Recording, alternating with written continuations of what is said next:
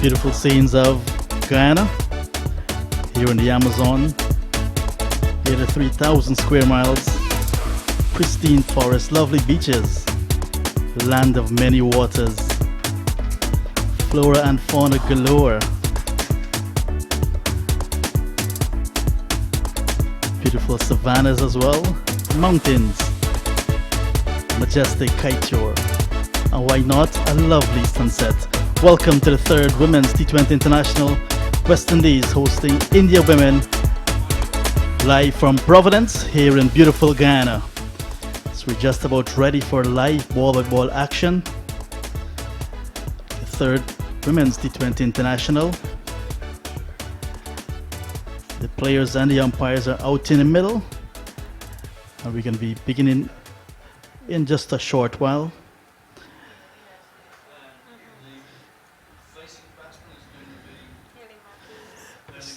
So while the players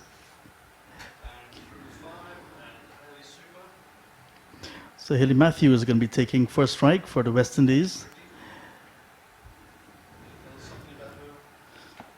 So Haley Matthews, 21 years old. This is her 44th match. So far, 107 runs is her highest. 904 runs to her career. Stacey Ann, her partner for this evening, opening the batting, 36 years old. In her 84th match, highest of 81, 981. At this point in time, I'd like to say a special evening to another Trini. Hello, Marissa. Hello, nice to be in beautiful Guyana.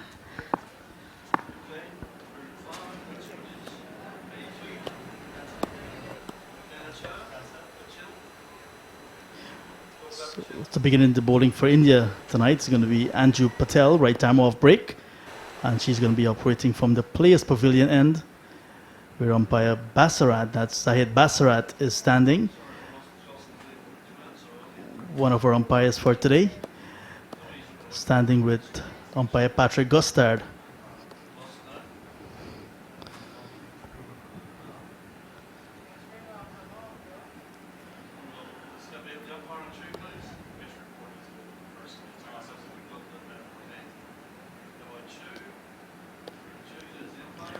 Umpires have given a thumbs up and we're ready for our first ball in this, the third T20 International, West Indies against India.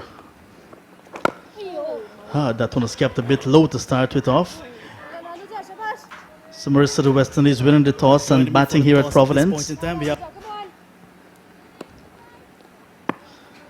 In a game that the West Indies must win to keep the series alive. Yeah, no doubt. They will have that in the back of their minds, thinking that it's a must-win situation in order to keep the series alive. I think most of the thought process will be getting a good total on the board. Runs for the West Indies. Haley Matthews off the mark with thickest outside edge. And 1 to West Indies. West Indies women often running in over number 1. And India opening with spin. Are you surprised? No, I'm not surprised at all. After taking a look at the wicket, you can see that it will be a bit spin friendly. So you can see that they remove Pandey, Shikhar Pandey, to bring in another spinner. So that alone can say that the wicket will be taking some spin today. So hopefully the West Indies could try to keep their heads together and try to make sure and get a good total, which they has been really struggling with for the couple of games. For the first game, West Indies got 101, chasing 184. Batting first in the second game, both at the Darren Sammy Cricket Ground, they got 103. So that would not be sufficient here at Providence if they want to win this one. King gets her first delivery and showing all the respect to bowler Patel. Decent start so far for India as well. Yeah. Patel replacing Pandey. So I know she'll be thinking about making sure that she keep it close to the batter, which I think they have been doing well. That's a sweep shot and it dropped. It was there to hit. Stacey Ann King looking to get some runs, hit it but straight to the fielder who floored it. That's a bad miss for India, but let's see if they're going to capitalize or if Stacey Ann is going to ride her luck. Sweeping once again. This time she's going to get, West Indies will get some runs, get one at least.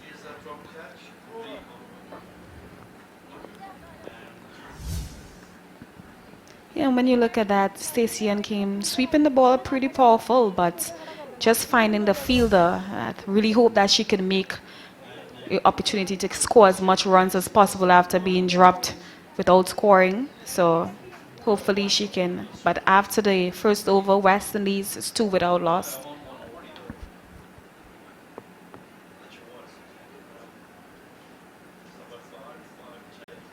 Middle. That's middle. Left arm coming round.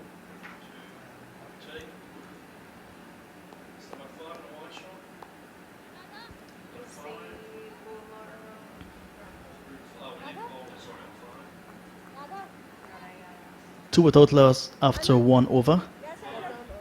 Both of the West Indian opening batsmen are on 1. Radha Yadav is going to continue. She's going to be picking up the attack from the media center end, the top end where we are situated. And it's just after 6 p.m. here, or just about 6 p.m. here in Guyana. It's totally dark on the outside. It's that time of the year, really. So here's Radha Yadav. Her first ball is down the leg side, and West Indies will get some runs. The keeper did not take it as well. And Stacey Ann slipping at the non-striker's end, but she's going to continue. West Indies will benefit from 3 overall. So they're going to take it any which way it comes. Yeah, and it's all about trying to look at the opposition and learning from them as well, because when you look at how the India batters approach their innings, how they're aggressive, I mean, playing on a different pitch. Nice flight to delivery from Radha. Playing on a different pitch, and you're trying to make sure that you could adapt as fast as possible, but it's all about being an international player and a professional player as well. Some turn early up for Yadav as well, bowling from the top end, the media center end. West Indies need to counter this spin if they're going to get some runs on the board. Yeah, and especially in the power play over. Nice flighted delivery, good use of the crease as well for the bowler, trying to get very high as possible and getting right up. And Stacey Ann King, with all the experience there, is keeping it out.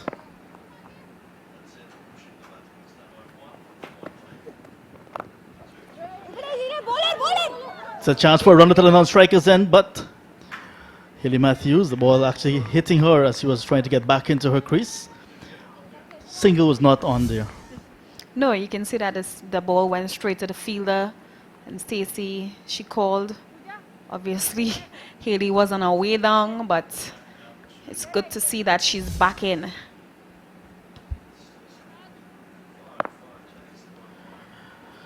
West Indies, I would say, having a nervous start so far. A 1-drop catch, almost a run out.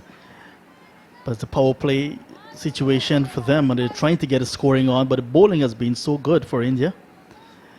And West Indies knows well they have to get runs on the board.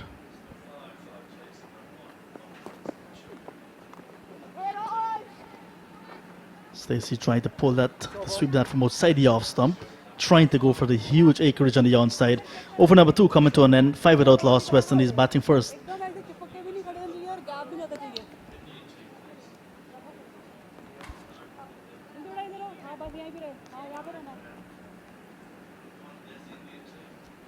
So the Indian team for tonight: Harmanpreet Kaur, captains Smriti Mandana, Tanya Bhatia, Andrew Patel, Veda Krishnamurti, Poonam Yadav, Dipti Sharma, Pooja Vastraka, Jemima Rodriguez, Radha Yadav, and of course the young sensation Shafali Verma.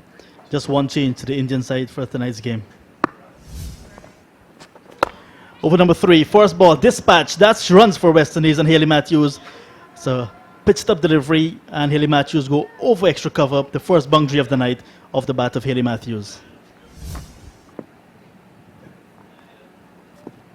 Good shot by Haley Matthews, using her feet nicely, coming down the wicket and hitting that over extra cover for 4. I think that is exactly what they needed. And this is the type of batter, Haley Matthews.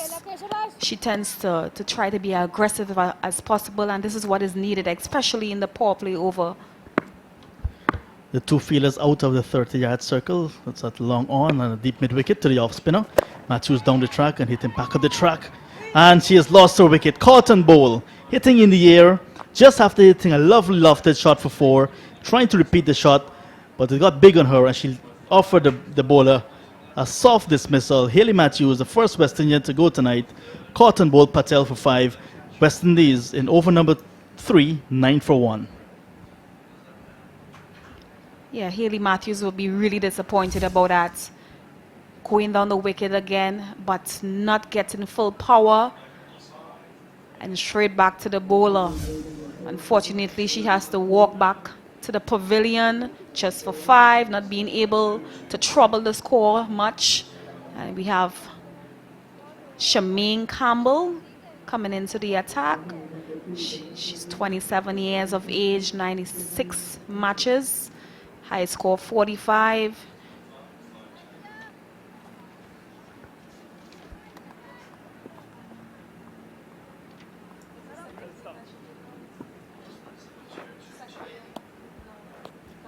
In the first game of this series, Campbell had 33. The second game, she was dismissed quite cheaply. So now she'll be looking to make amends. Some more responsibility given to her, vice captain of this West Indies side, and she's off the mark with a quick single taken, almost a chance for a run out as well at the keeper's end. But Stacey Ann King called for the single, and she was running for all she's worth. But West Indies, they got a single. Campbell is off the mark, 10 for 1. Yeah, I'm a bit nervous when I'm seeing Stacey Ann King and Shemaine Campbell in the wicket. They had a horrible run out the last game, and I mean that has been haunting me for quite a while now. So I'm really hoping that they could communicate well, because both of them are good runners between the wickets, but they really, really need to make sure and communicate well. I was trying to keep that run out of my head. But with Campbell and King at the crease, it's hard to forget that one. And they almost had a naughty one at the start of their partnership, with Campbell trying to go for a quick single, but King coming through very quickly and chancing herself. It's an eventful start really to this match. Yeah, sometimes when you think that you can run so fast, you believe that you can get to the other end. So I think that's a thought process between with both players, how they are thinking. It's Patel to King, and King sweeps but straight to the fielder, and she cannot score. So that's the end of 3 overs. West Indies winning the toss and batting first. They're 10 for 1. Hey parents, are you looking for an academy in Queens and Long Island for your boys and girls? Whether you're a beginner or an advanced player, Queens United Cricket Academy is the place to be.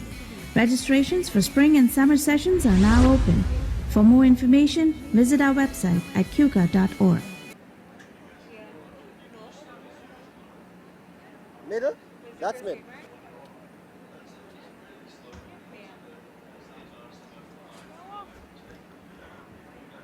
Back here at Providence, West Indies desperately need a partnership, Marissa. Losing the early wicket is not what they wanted, especially winning the toss and batting first. They need a partnership and looking to King, the experienced King, and of course the vice captain for this series, Shemaine Campbell, to give them that partnership. So Rada's going to continue. This is our second over. First ball is played at extra cover. West Indies can't score.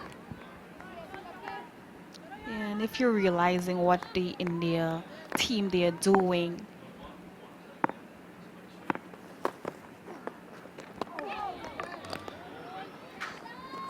so Rada actually getting some turn on this Providence track. As we can see, the ball was pitched just on the line of off stump and spinning further away from the right-hander. Well bowled, Rada. And there's Campbell looking to sweep again, and there's appeal for a stumping. Umpire Bassarat quickly says not out. Campbell was stumped in her last game. trying to play the very same shot really, and not what the West Indies wanted at this point in time. You know, the both batters, they really love to play the sweep shot. That was a bit close looking at it on the replay. Umpire Bassarat of Trinidad at square leg, and umpire Patrick Gustard of Jamaica at the bowler's end. Here is Rada, left arm, she's bowling over the wicket, so he went around the wicket in fact to the right-handed Campbell. A ring of fielders on the offside. Long on and deep mid-wicket, of course, the two fielders outside of the 30-yard circle. There's an appeal for a leg before. Umpire Gustard says not out. What do you make of that one, Marissa? I think it was a good call. Looked like it pitched outside the leg stump. And came back in nicely. You can see that the bowler is getting a lot of turn. Yeah. We'll just leave it at that. As another over is completed, West Indies did not score off of that over. It's a maiden, 10 for 1.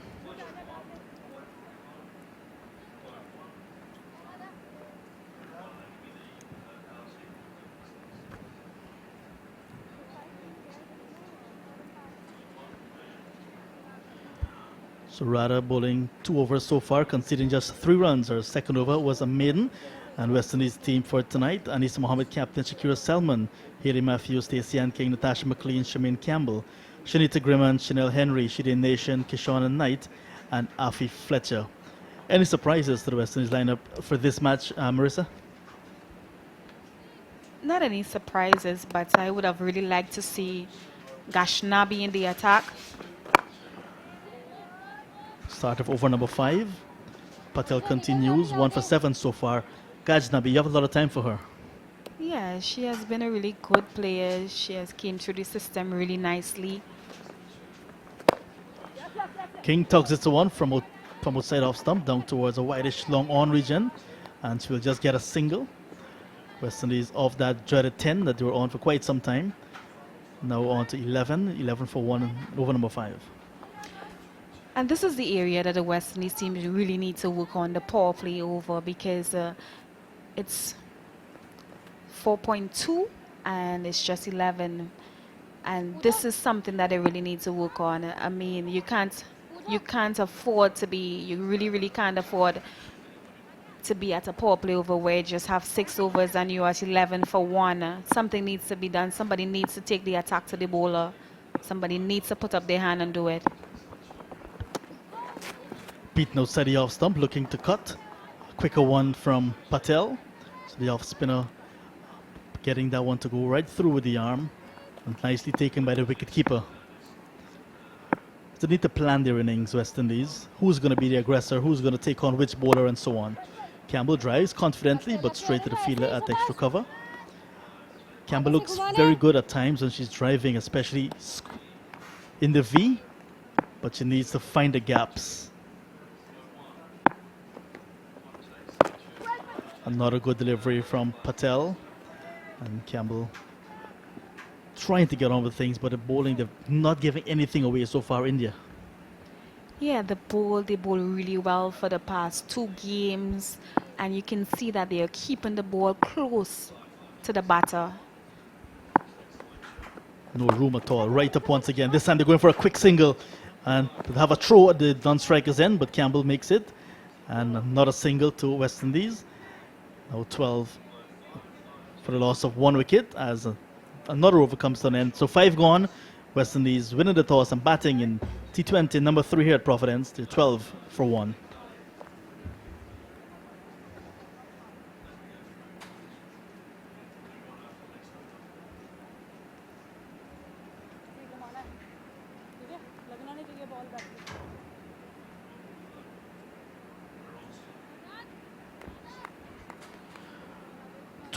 For the loss of 1 after 5 overs. West Indies in the power play still, as we say good evening for the first time to former West Indies player Clyde Butts. Hello, Clydey. Hello, John. Good evening to you. And as soon as you take the microphone, Clydey, you got a wicket. So Shemaine Campbell hitting straight to the fielder at point, and she's gone. Another dreaded Campbell innings coming to an end. Gone for 2. West Indies in further trouble now. 12 for a loss of 2 in over number 6. Well, I think how India has read this pitch has been very good. They've bowled very slowly, inviting the batsman to look to make the pace. They have not bowled them any quicker deliveries. They bowled very slow. And the batsmen have struggled against the slower deliveries. That was a short delivery, turning away to the offside. She was looking to punch it through the offside, got the top edge of the bat, and it went straight to cover, and she's out. Caught. So the new batsman for West Indies is Shireen Nation, the 33-year-old coming in for a 23rd match. 257 runs so far in her career, highest of 63 not out, averaging just over 21. But we need all of her experience to come here tonight, Clyde. Well, they certainly need a partnership now when you look at the way how things have gone. I think the thing with and looking at the way how Stacey Ann has looked to play more or less a sweep shot to most of the bowling. She needs to probably try and use her feet, hit down to mid-on, mid-off, pick singles up, rather than looking to sweep most of the deliveries that she has faced. With the slowness of the pitch, you've got to try and get as close as possible to the deliveries.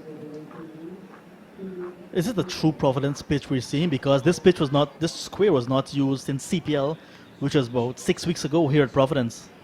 Yeah, which would be quite some time, but I think that would have meant the groundsman would have had a lot of time to prepare a good pitch. So Shireen Nation, first delivery is hitting back over the head of the bowler, and she's floored at mid-off. So a naughty opportunity there for India, not taken.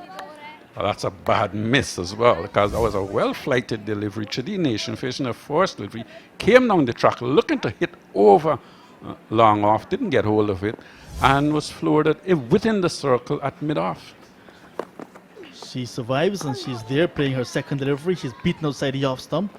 Rather, the left-arm spinner getting lots of turn from the media centre end. Yes, she has. And she's not been afraid to give the ball general flight, inviting the batsman to look to come on the front foot to hit over the top.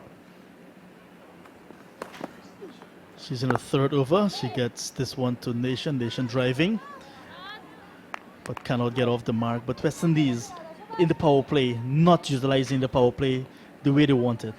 Well, certainly when you're 12 for 2 and the sixth over, that's very disappointing. Trying to play across the line to a ball that was outside the off stump, but it beats her, not taken cleanly by the keeper, and she actually had a hit on her head. So the power play is over, Clyde. West Indies winning the toss and batting, 12 for the loss of 2. Yeah, very disappointing. When you look at that delivery, it was short. She was looking to pull, probably in front of square on the offside. It bounced a little higher than she expected, and it actually hit the wicketkeeper on the helmet. One ball still to go. I got carried away because I saw all the players rushing out of their position, but it's just a check on their wicketkeeper. So that's the end of the power play finally. West Indies 12 for the loss of 2. And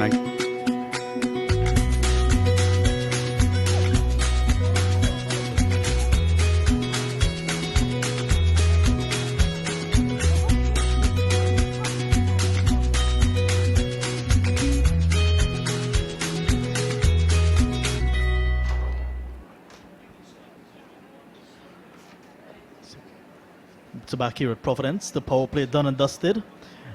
India large in charge so far after 6 overs.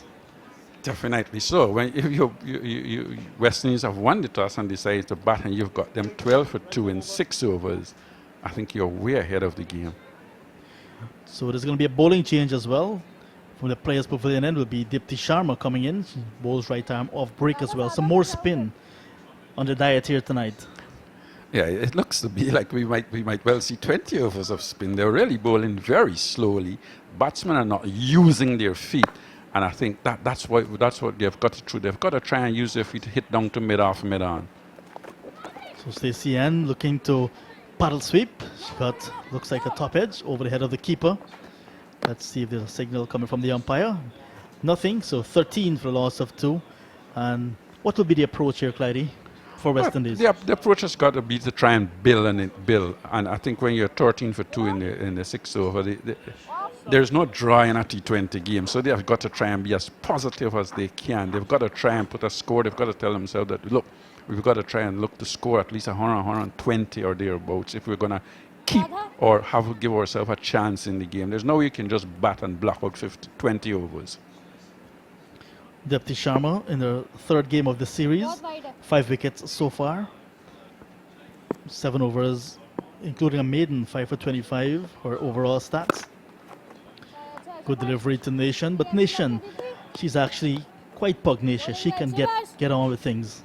Yeah, she's capable enough. She has been around for a long time, Chadi Nation. So she's capable of turning things around.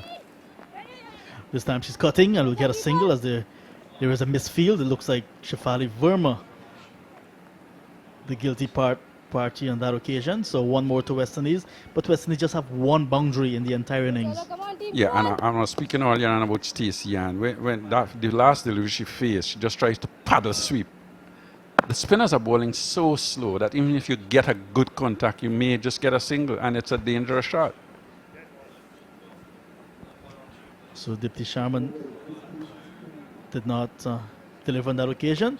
That ball signaled by umpire Zahid Basarat from Trinidad and Tobago. Opening the face of the bat, running it down to third man. Will look for a single. Eventually they're going to come through and collect one. The Nation did not go immediately because the ball went straight to the fielder, but with the misfield they got the single. But India has not been very good in the field either.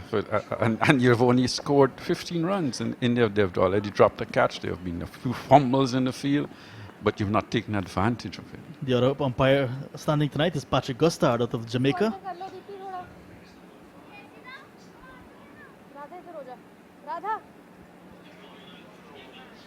I think with Stacey Ann King and Chadi Nation in the middle, they're both experienced. Both have been around for a little while. They have got to have a chat and say, look, one of us have got to go after the bowling. Oh, that's a quicker delivery from Sharma, and Nation gets it down to a shortish fine leg and will go through for a second. So they need to run quickly as well and be very assertive in the running. Running between the wickets will build a partnership if you're not getting the boundaries. Definitely. I think that was good running there, because that was they worked on the onside, just behind square, just at the edge of the circle. Fielder had to come in from deep backward square, and they were able to get 2 runs. I think you've got to try and work ways out that you're going to score. So Sharma coming to the end of her first over. Delivery that was on the line of off stump and looking to keep it out more or less is Nation, and she gets a single to end over number 7, West Indies. 18 for a loss of 2. And a good over from Sharma as well, bowling just outside the off stump. And you see most of the spinners actually getting the ball to turn and causing the batsman some trouble. I think the thing that's causing the batsmen more trouble than that is the pace that the Indian spinners are bowling at. They're not giving any pace for the batters to work with. So West Indies lost 2 of their batsmen so far. Haley Matthews has caught them all for Patel for 5, and Shamin Campbell, he was caught by Vastraka for 2. So there's going to be a change in bowling as well from the media center end, and that's going to be Vastraka. And you're going to see our first bit of medium pace. Pooja Vastraka, like you said, Clyde, right arm medium. She's going to be coming from the northern end of the ground. At this time of year, usually some amount of dew. Do you think the dew is going to be a big factor tonight? No, I don't think so. I think we are starting fairly early and probably finish by 8:30. Well, they're bowling their overs quickly as well. This game but I don't think it will go past 9 o'clock. It's just 23 minutes into this game and already 7 overs completed. 7 overs of spin, mind you. So our first sight of medium pace is coming up.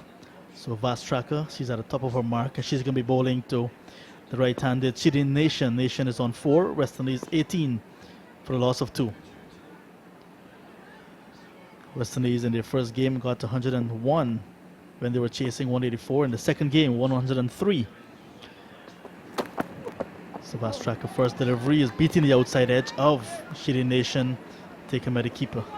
A little bit of movement as well, leaving the right hand. The Chidi Nation was looking to probably hit it a bit square, where she would have been advised to look to hit it behind square on the offside because it was wide as well. Yeah, I think when you've had 2 games where you just score over 100, I think that puts a little bit of pressure on the batting side, and I think we saw that tonight. Not a good delivery, beaten for pace at this time, Nation. And added pressure as well, Clydie.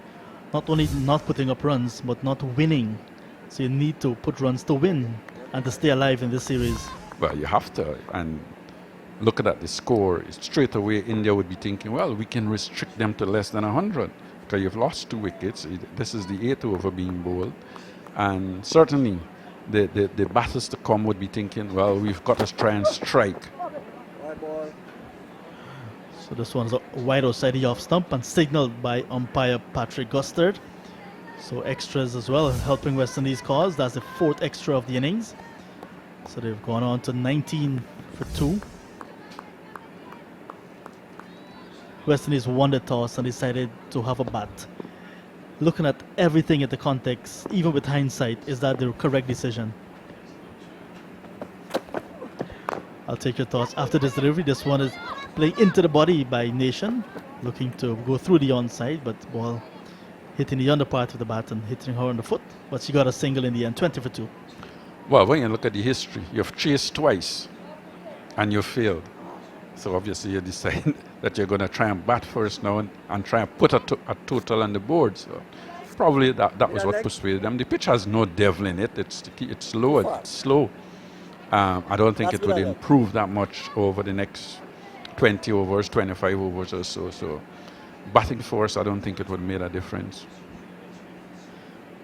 But India, they've been putting up some huge runs. Last year we saw them for the very first time here at Providence in the Women's World T20, the first ever standalone tournament for the women. And in the first game of that tournament right here at Providence, Harmanpreet Kaur, she got 100 against New Zealand. So here is fast tracker, another delivery on the line of the batsman, and King not able to get it away. The question here is, should one of the batters throw caution to the wind and have a go? That should have been a part of the planning process at the start of the innings. Perhaps when Marissa comes back, we'll ask her what is the plan, especially when they've lost a few wickets quite early.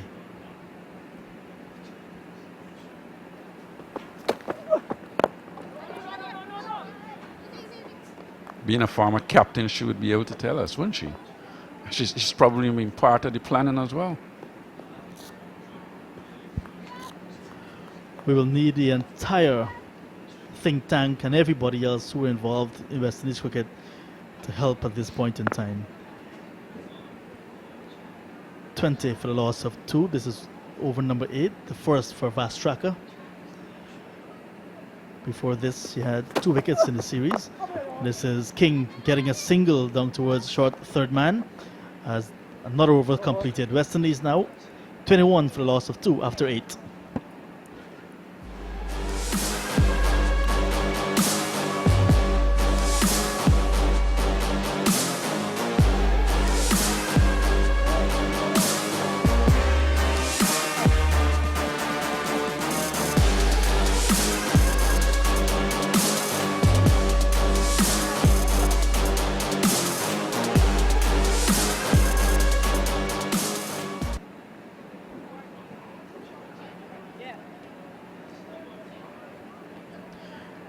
Back here at Providence, it's going to be a bowling change from the players' pavilion end. Captain Harmanpreet Kaur is going to pick up the attack. This is over number 9 of the West Indies innings. 21 for the loss of 2. Replacing Sharma, who sent down 1 over for 6. Obviously, they're rotating their bowlers as much as possible, and the captain coming into the attack, not off spinner. With Stacey Ann King out there as well, they may be thinking that she could cause some problems. Stacey Ann, of course, left-hander, and she's looking to sweep. Ball taken some part of the body and goes over the head of the keeper. Keeper's pint size. Got the top edge, I think, and went onto her shoulder and then went over the keeper. West Indies dealing in singles at the moment. 65 yards around the boundaries. Not exactly huge, so they can be able to pick up a few boundaries, but the bowling has been very good so far. So good bowling once again from Harmanpreet Kaur. Some turn as well for this off spinner from the bottom end.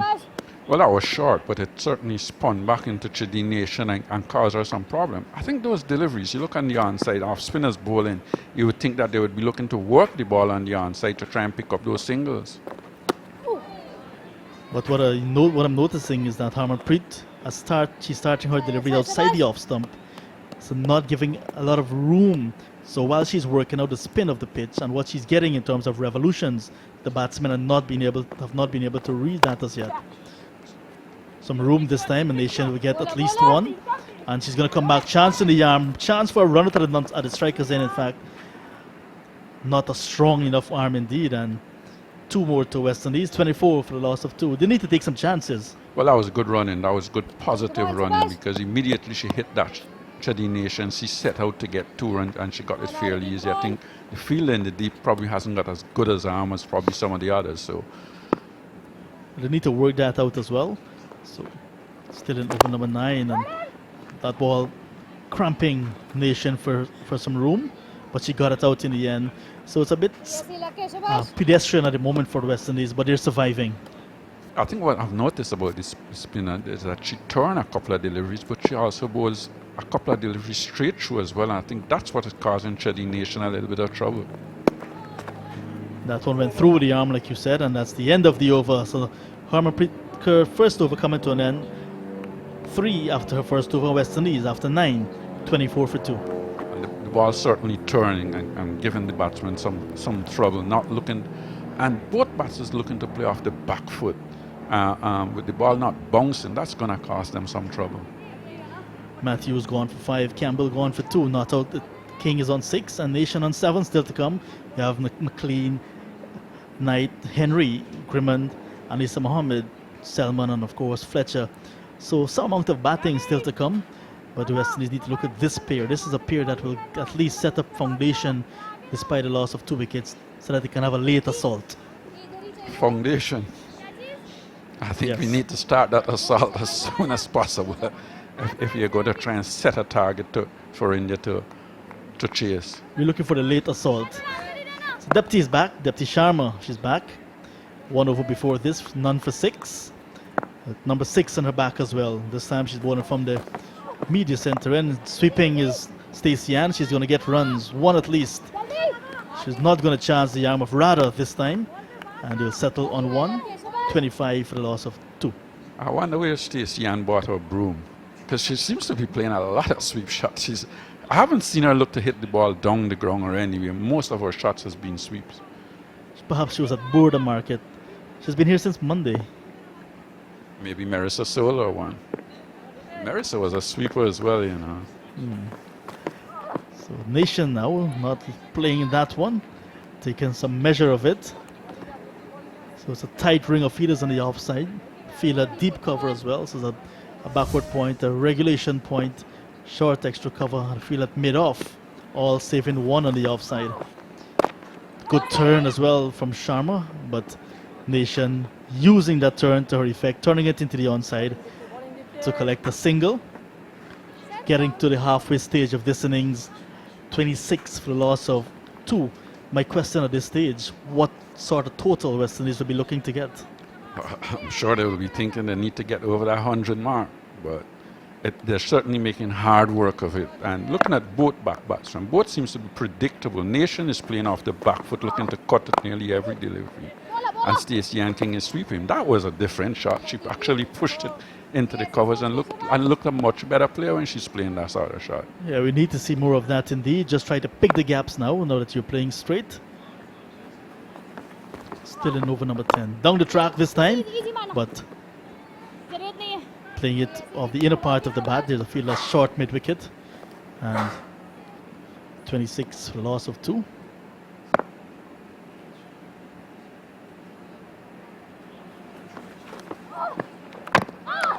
Oh, that one is keeping low. One is bold, playing back. Stacey Ann playing back to a ball that she should have been forward to, and she lost her off stump.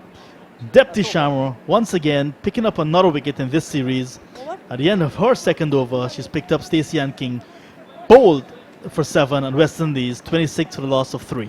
That was a very good delivery. That was the arm ball. It came back with the arm. She was looking to punch it through the offside. It came back. It kept low as well. And she was bowled middle stump out the ground. Well bowled. It may have been a little inside edge, but certainly it was a very good delivery. Coming back in with the arm. She was looking to punch it through the offside and got the edge and was bowled middle stump. Hello, Marissa.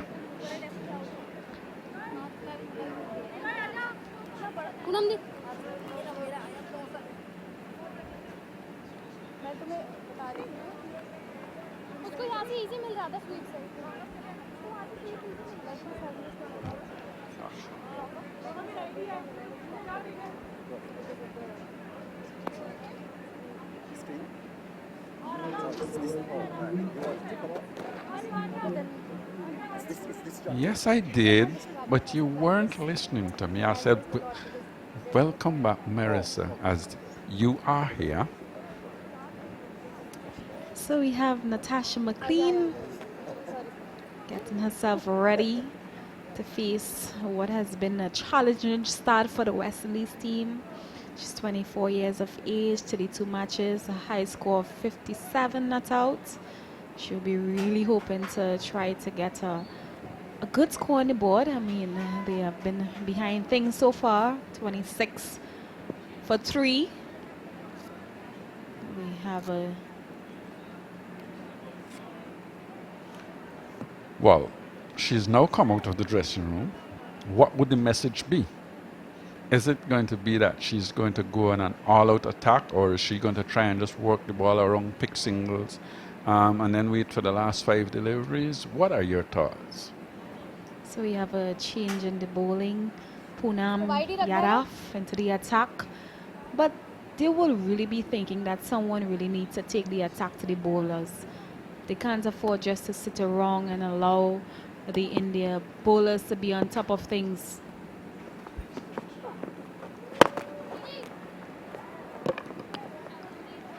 Well, that first delivery was given general flight, a lot of flight. The nation looking to use her feet, got to the pitch but was unable to put it away. But certainly that was a very slow and it was given a lot of air.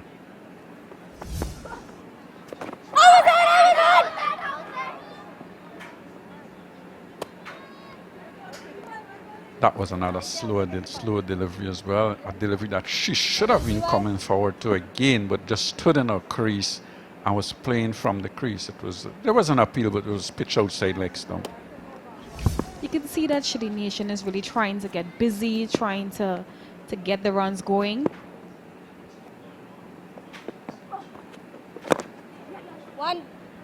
Using her feet nicely, coming down the wicket and hitting that one to middle wickets. And this is what they need. Someone just needs to be a bit confident. Just come out there and express themselves. You can see that the India batters, the way how they batted in St. Lucia, they did really well. So it's all about trying to see and trying to learn as fast as possible in ways that they can improve their game. Yes.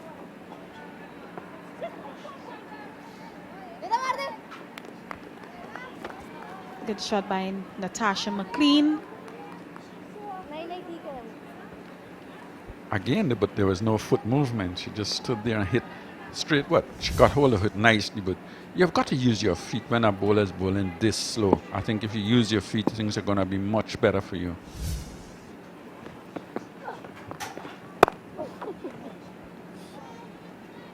It's a slow and low pitch, no? And I think the Indians have read it well because they've bowled very slow, not giving the batters the chance to use their feet or to use the pace from the delivery. Keeper! Well done, Shabash. So after the 11th over, the West Indies is 29 for 3.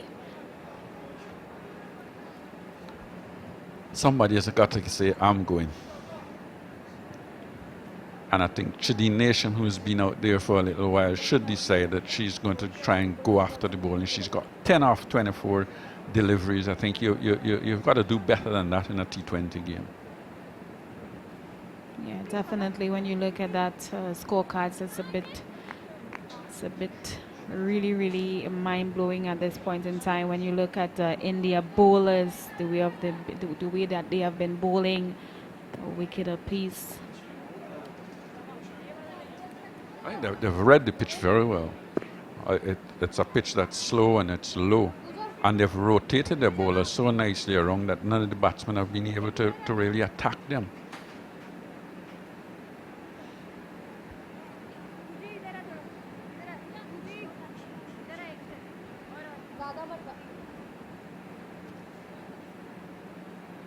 So I'll really be looking forward to seeing Shadeen taking the attack to the bowlers.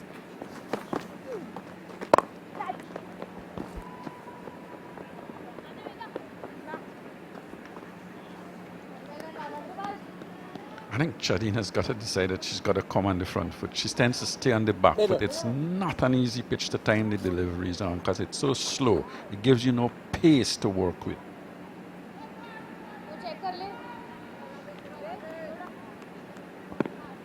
And this is when a lot of discussions have to be taken. Bowler, Jam! That's a good single by the both batters, but they have to be having some form of discussion even back in the pavilion. Well, I would have thought so. They've got a lot of experience in that pavilion, so I would have thought that they would have had the discussion and say, look, we've got to try and get on the front foot. And the lights, a few of the lights have just gone off. So maybe there'll be a little bit of a hold up.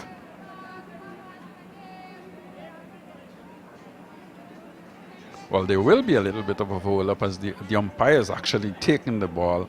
I think those lights are going to take a little time to warm up again, innit? So there will be a stoppage. For how long? We'll just have to wait and see.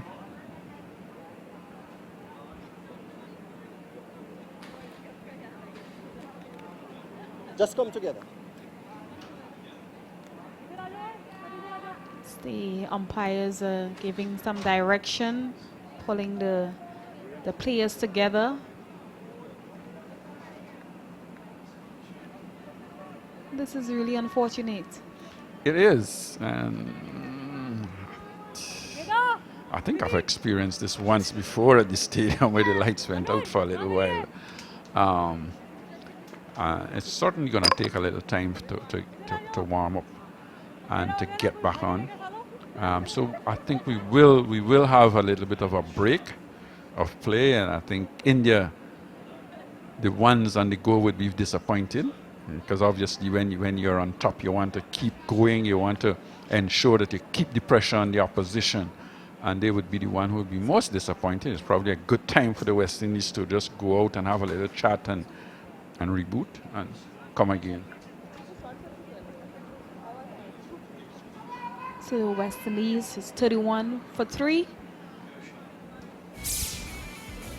Hey parents, are you looking for an academy in Queens and Long Island for your boys and girls? Whether you're a beginner or an advanced player, Queens United Cricket Academy is the place to be. Registrations for spring and summer sessions are now open. For more information, visit our website at qca.org.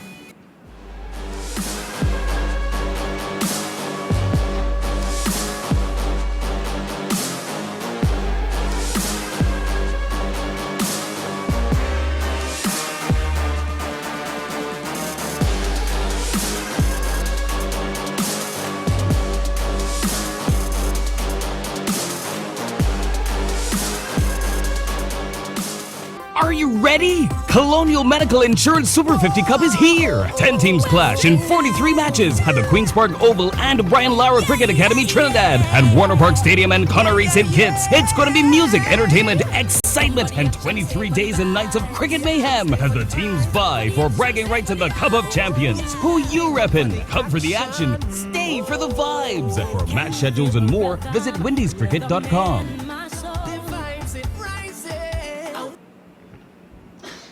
Yeah, so we are back here at the Providence Stadium. The lights are still off. Umpires having some discussions. Hopefully they can get the players back on soon when the light comes back on. West Indies 31 for 3 after 11.2 overs. No, they'll be really, really disappointed with that, Mr. Butts. Mr. Butts. Yes, they will be very disappointed with that, I would think, Marissa. When you've won the toss and decide to bat, that means you're positive about what you're going to do in terms of the innings, and to be at 31 for 3 in 11.2 overs, that would be very disappointing. And the thing about it, we haven't seen any one of the batters look to take things in their own hands. We say, well, I've got to take a chance, whether I'm going to go down the track and try and hit over the top, or play something a little different, or reverse sweep, whatever it is. I think when you're playing limited overs game, it has to be that you have to be positive. And 2020, it's even worse because there's no coming back. Once you're behind the 8 ball, it's not easy to catch up. And even when you play first-class cricket or test match or whatever, you always tend to think you have to be ahead of the game. Playing catch-up cricket, it's dangerous. And that's what we're doing in a 2020 game. Yeah, because when you look at this batting card of the West Indies, you see only Nation right now into double figures. Haley Matthews just 5, Stacey and King 7, Shemaine Campbell 2, McLean, who is now in the wicket, she's 2 from 2. But it's T20 cricket, right? When you look at the power play and how they approach their power play, they are not looking confident. And I think that is a big problem that they are facing, because someone needs to step up, because these players are not lacking skills. They are very talented, but it's all about making sure that you go there with full confidence and really try to bring it to the India bowlers, because I mean they have been bowling really well. You can't fault the India bowlers. I mean, when you look at Patel, she bowled 3 overs, 1 wicket, 9 runs. You know, everybody is chipped in some form of way, but it's all about really trying to get on top of the bowlers. They have been wicket to wicket, really disciplined in what they are doing, but someone really needs to put their hand up. I think what they've done is they've read the pitch well, and they've bowled very slow on it. And if you're going to bowl that slow, the batters have to use their feet, and we didn't see that. We saw Stacey and King looking to play sweep shots and sometimes just looking to work ball behind square, playing those little chink shots. I think you've got to hit at the ball. When it's that slow, there's no way you can just look to run it down to fine leg. You've got to try and sweep it hard. I think that made her struggle even more. She I'm sure would be disappointed with how she bat, because she can do better than that. I've seen her do better than that. She needs to use her feet and try and hit down to mid-arm, mid-off, and pick up singles, or hit over the top, because they only had one person out in terms of straight. The one was always out, either the long on or the long off. So you need to try and hit over the top. Obvious.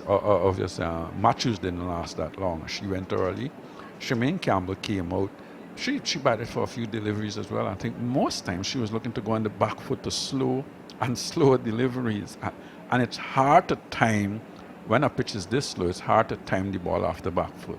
You've got to try and get out and hit the ball. Unless you're a really, really good time of the ball off the back foot and you can pick those gaps, it's hard to time. You've got to try and use your feet and get to the pitch.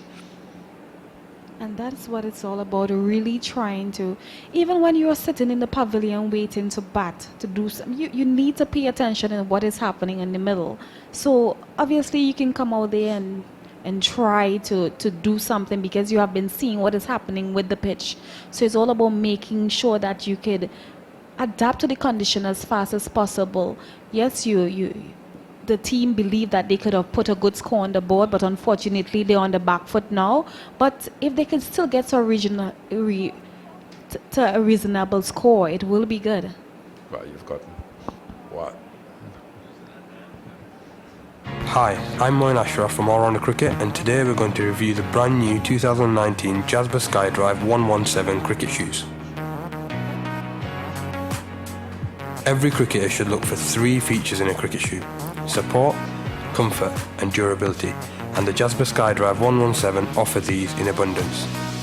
A long-lasting cushion insert conforms to your foot's shape, providing not only the cushioning and comfort you need, but valuable energy return, impact protection and adaptive support.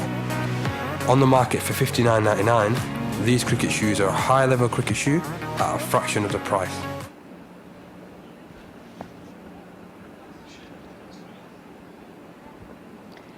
So we have 2 games remaining on the 17th and the 20th of November. So we are asking the people of Guyana to really come out and support the India and the West Indies women's team.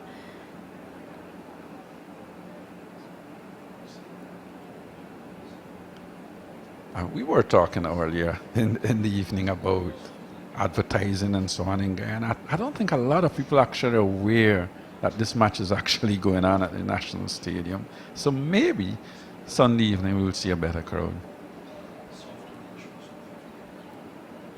I'm really, really hoping that I can see them on Sunday, because after the good crowd support they had for the World Cup, it was really, really fascinating to see. So hopefully they can come out in their numbers on Sunday and the West Indies team can give them something to cheer about. Well, Guyanese love their cricket, and I'll tell you what, once people get to know that this game is here, I think we'll see a better crowd on Sunday.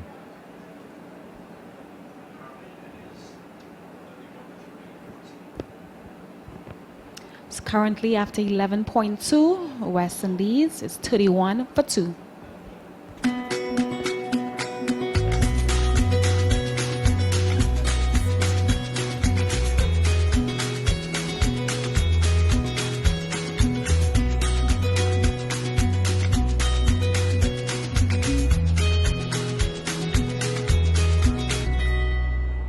Colonial Medical Insurance Super 50 Cup is here. 10 teams clash in 43 matches at the Queen's Park Oval and Brian Lara Cricket Academy Trinidad and Warner Park Stadium and Connery St. Kitts. Get tickets, match schedules and more at windiescricket.com.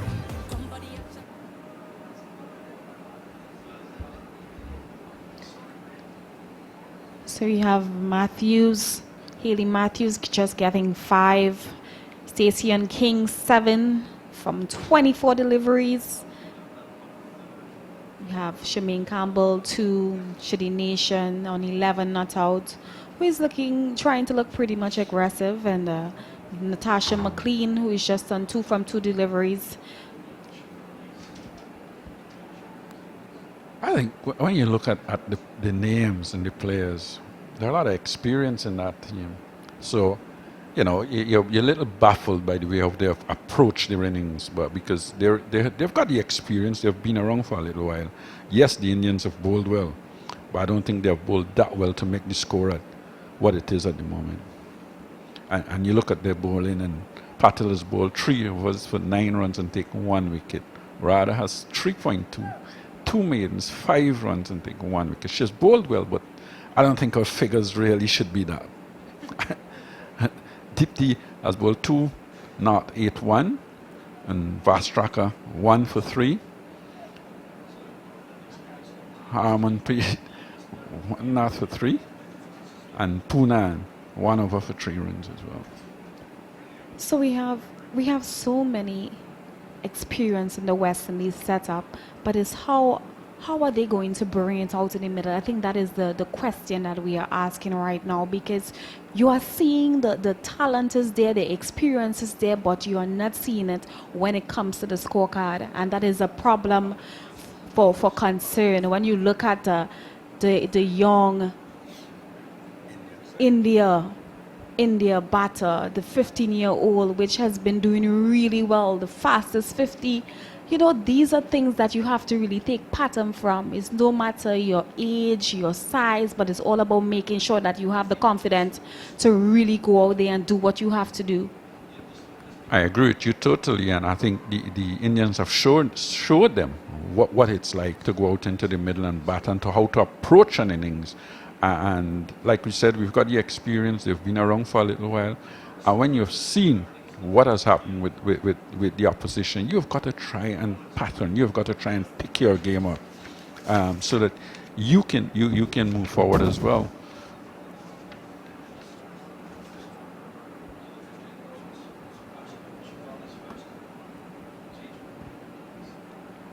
So when you look at Shafali Verma, her first 50, in a T20. Good start. You Nice can ball off see the she second was over. fearless, Hits this one hitting over the over can it go cover. for 6. 6 That runs. was a really big 6 there.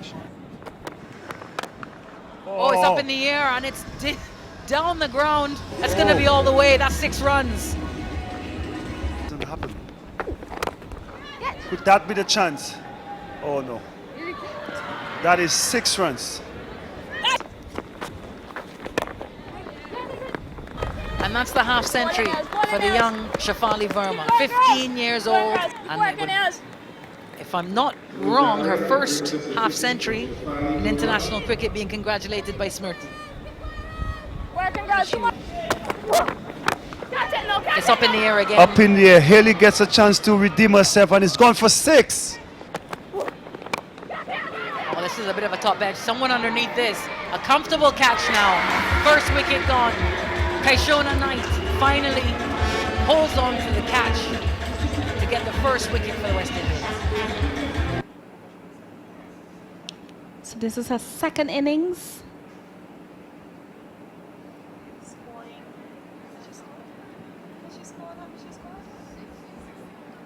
Scoring 69 not out from 35 balls.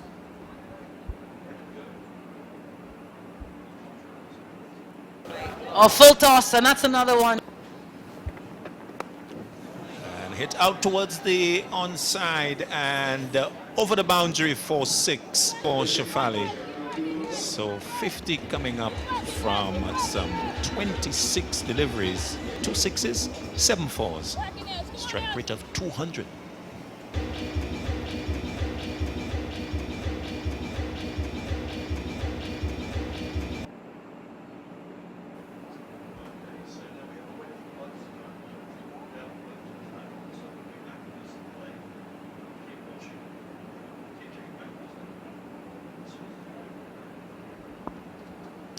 So we are here still waiting on the lights to come back on. So please keep watching and we'll be back soon.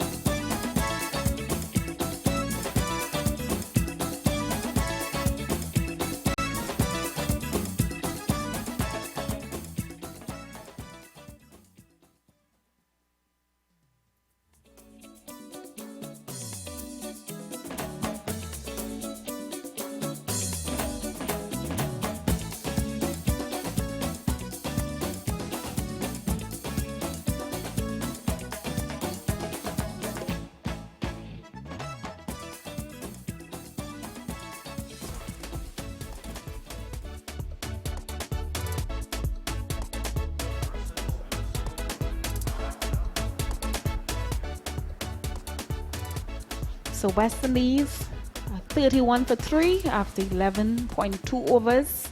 The lights are back on. Shadi Nation and Natasha McLean, they are walking back with authority to score some runs. I hope so. I think you use that word authority. They look very authoritative, do they? I'm sure they would have had a lot of discussions in the dressing room as they went in, and coach and staff would have been saying, come on, girls, we need to pick it up. We need to try and score. We need to try and get this over the 100 mark.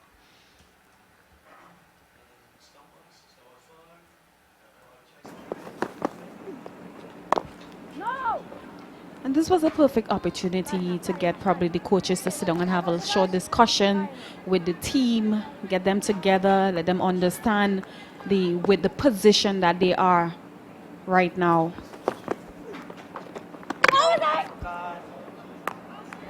And she stumped Shadi Nation coming down the wicket. And unfortunately, she has to go. Well, she's taken ages to go as well. That was a delivery that was given genuine flight. She was looking to come down the wicket, looking to hit. I think when she did come down the wicket, she looked to hit across the line instead of looking to hit straight. And the ball torn across to her, and she was stumped.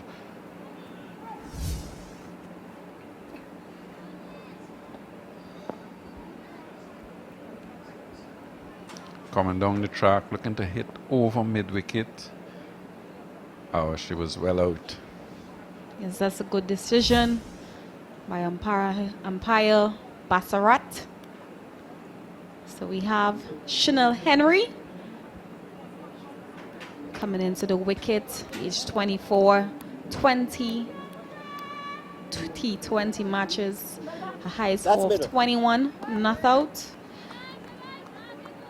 I know Chanel Henry has really struggled with spin, something that she really needs to work on, so hopefully But she can isn't come it a in. lot of the West Indies batsmen have struggled with spin over the years. I think she's got to try and be as positive as she can here. Probably with the bowling being that slow, she's got to look. I think what I'm seeing is a lot of the batters looking to hit across the line instead of trying to hit straight. Yeah, and when you look at that, because she's going across, sweeping again.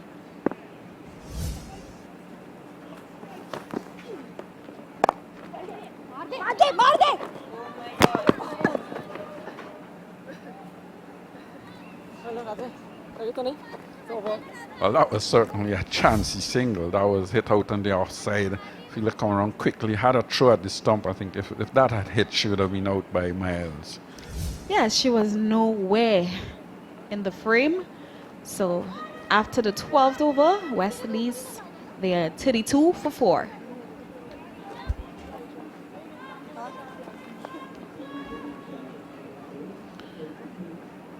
Yeah, and that's certainly not a very good batting lineup. When you look at the score and you see what has happened with the batters, certainly not reading very well for the West Indies.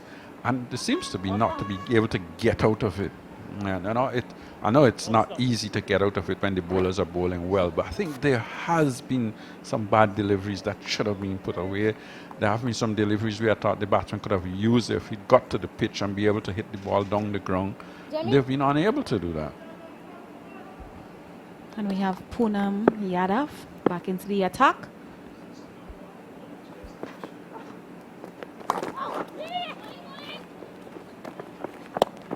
It's really good to see Natasha McLean running some quick singles. Yeah, she's not the quickest of runners. But again, that was a very slow delivery, and Chanel Henry was going back on the back foot when she would have been better advised to look to come out on the front foot on prime to hit over mid-off or hit straight back over the bowler's head. And the players have the ability to do that. They hit the ball really well down the ground.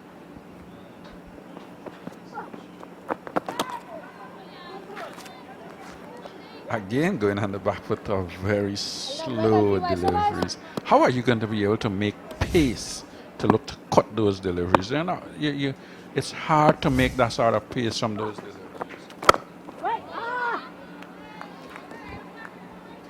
And I think it would be safe to say that the West Indies team will be missing their captain, Stephanie Taylor, right now. Well, definitely so. She's your best batter, and not playing, it's certainly a big miss, and it's showing. But having said that, I think the other players have to be able to put up a better fight than we're seeing at the moment.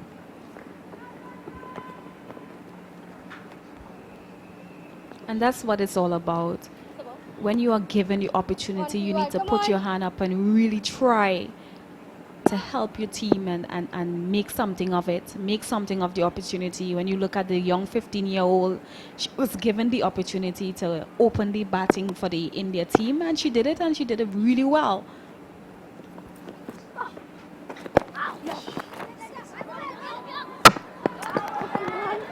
Well, that's run out by a mile. That was never, ever a single. That was a delivery that was just pushed out on the onside of the pitch. There was no way you were being able to complete a single. That was a bad run, and it resulted in a run out. And this is when you spoke about communication, because McLean, she's aware that she could not have made it, but she still run. So it's all about making sure that you say no, communicating with your players. She's gone for 3 from 5 deliveries. And the West Indies team, they are 35 for 5. And like I always say, it takes 2 persons to make a run. 1 person cannot make a run. And in all of this, we have just missed Yadav's spell. Yadav has actually bowled 4 overs, 2 maiden, 6 runs, 2 wickets. That's brilliant bowling.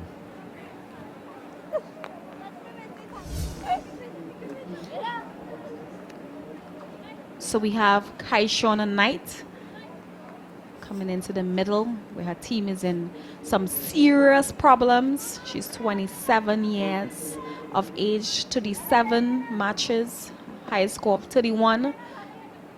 But you can see McLean's reaction after that run out. She was really disappointed about that. Well, I think anybody would be. That was never a single, and to get run out like that.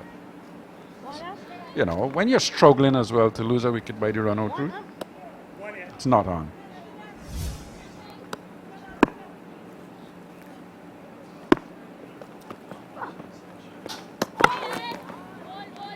Well bowled. That was the googly going away from the left hand. That certainly beat the bat. Give him a generous flight again. Pitching just on about the off stump, leaving the batsman. Well bowled. So after 13 overs, the West Indies team, they are 34 for 5. So when you look at this batting card, but you can see that there's so much cause for concern. No player just won. Should the nation get into double figures? 13 overs, 34, just 34 runs, 5 wickets down. I think what we said was when we had the break, that was a good time for the West Indies to just regroup, get together, and come out in a different frame of mind. But I don't think that has changed. It seems to be the same. No player, we have seen any one of the players looking to come down the pitch. Chile Nation looked to come down. She didn't come as far out as we could. And look at that bowling. That's the bowling. Certainly tells a story. Certainly they've bowled well. They've read the pitch very well, and they've bowled in good areas. These bowlers have bowled very slowly, not giving the batsman any pace to work with. And the captain as well out there has rotated her bowlers very well, and she's supported them in the field.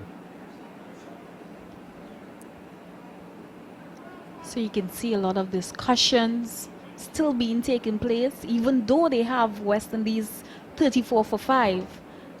Well, the game is not over, Marissa. you still 7 overs to bowl, and you need to keep thinking about what you're doing, how you're going to go about it, and finish your innings.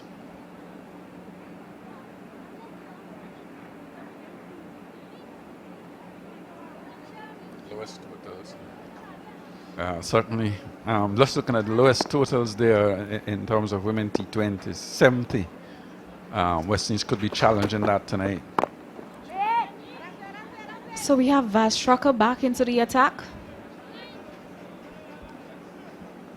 And she just seems to get the ball to go away from the right-handers a lot. And she's bowling in good areas. She has bowled when she bowled earlier on, bowled just on or about the off stump and getting the ball to leave the right-handers. She's a really tidy bowler. You can see all the India bowlers are really bowling to their plans. Good shot. That's the second boundary of the day. Chanel Henry. And she looks much more comfortable against the faster bowler than the slow bowlers. That was short, it stood up and she pulled it way in front of square, a more or less mid-wicket position, and got 4 runs. Good looking shot. And that would give her some confidence. Yeah, and that's what I was talking about earlier on. She's not a lover of the spin. But when it comes to the medium pace and the fast bowlers, she really loves them.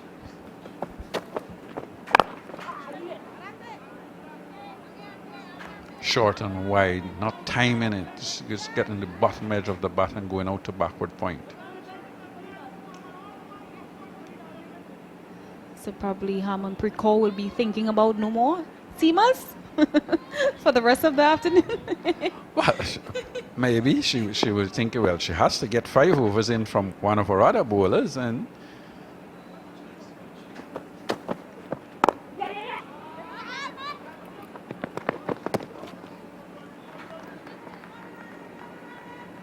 good thinking, pushing the ball out on the offside and hustling for a quick single.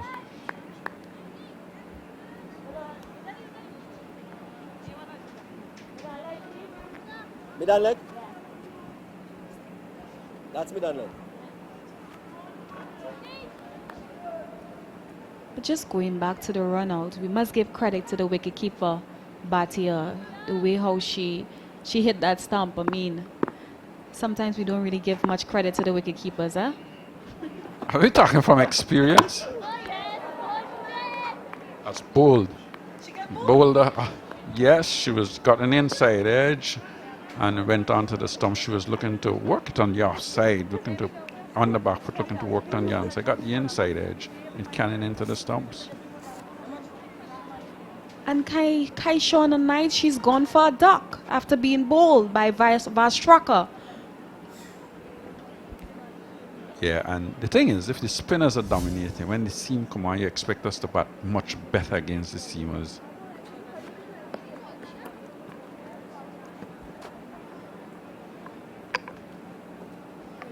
And this is a really poor batting performance by the West Indies team. And we have Shanita Grimman, the Guyanese, who is walking out on her home turf. She's 21 years of age, just 4 matches, still young in the business. A highest score of 15. So hopefully she can come in and get a score on the board. Well, when you look at the batting lineup before, she's the most inexperienced player in the team. So, you know, this might be good for her because she wouldn't fear anything. She would come out and look to play her shots. That's better. Different. So when you look at that wicket there, Kai Shauna just playing a bit lazy. It was a nothing shot, actually. And Grimman is off the mark.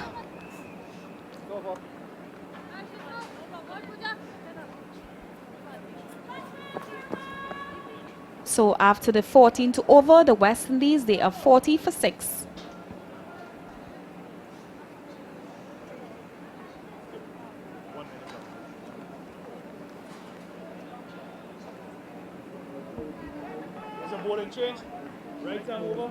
Again, we're seeing the medium pace of come on, getting the ball to swing. Kai Shauna Knight, I think, in that over, the ball was coming back at her. She was neither forward nor back. She just stood her ground and looked to play it out on the offside. It came back a little, got the inside edge, and she was bowled. But the score where it is now, I think somebody has to have a go. And we have the captain back into the attack, Harmanpreet Kaur.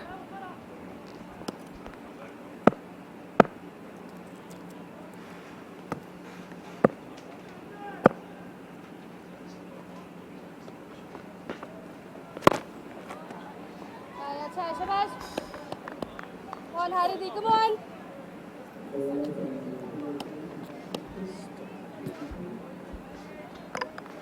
Well, last, what, 6 overs? We can still score another 50 or thereabouts. Don't you think? They've got 4 wickets in hand as well, Marissa. Come in. No. Well done. As much as I will want them to, but it's not looking too promising right now. Hopefully Grimmon and Henry can get something going, but they need to communicate as much as possible, try to build each other confident. That's what teamwork is all about. Well, Henry is out there. She's got some experience, and maybe she might just step up things for us.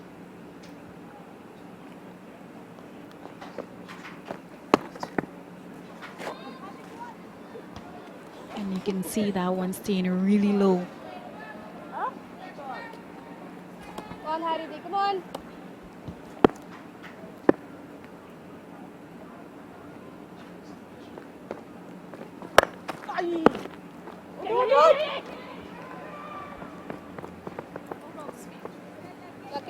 That was short. It was hit with some power, Come on, but Haridi, come on. probably didn't get the elevation she was looking for. Probably looking to hit it over mid-wicket instead of straight to mid-wicket. Got a little misfeel and was able to get a single.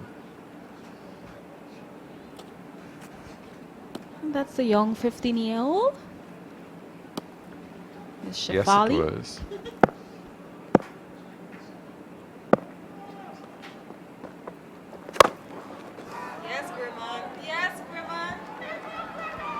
And that's 6 runs from Grimmon.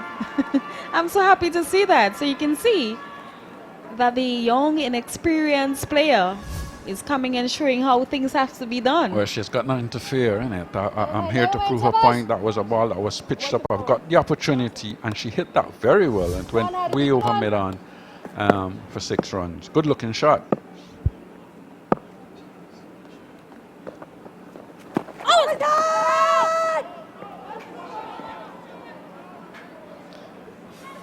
Well, we were just saying that was a good-looking shot, and that was a shorter delivery. She was looking to pull it over mid-wicket, and she was adjudged LBW by umpire Bassarat.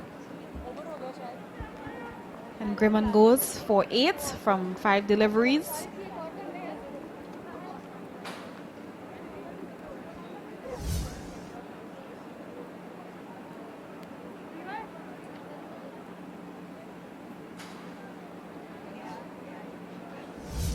Short. It wasn't turning that much, and I think that would have hit the stump there. Probably thinking that if it would have missed, it would have gone over the top. But I don't think it bounced that high. And a new batter in Afi Fletcher, 32 years of age, 41 matches, 13 not out, the highest score. And when you look at the India bowlers and the way they are going about their business, she pitched up that one to Grimmon and was hit for 6. And the next ball, she pulled back the line and was able to get her LBW. So you can see that they are thinking.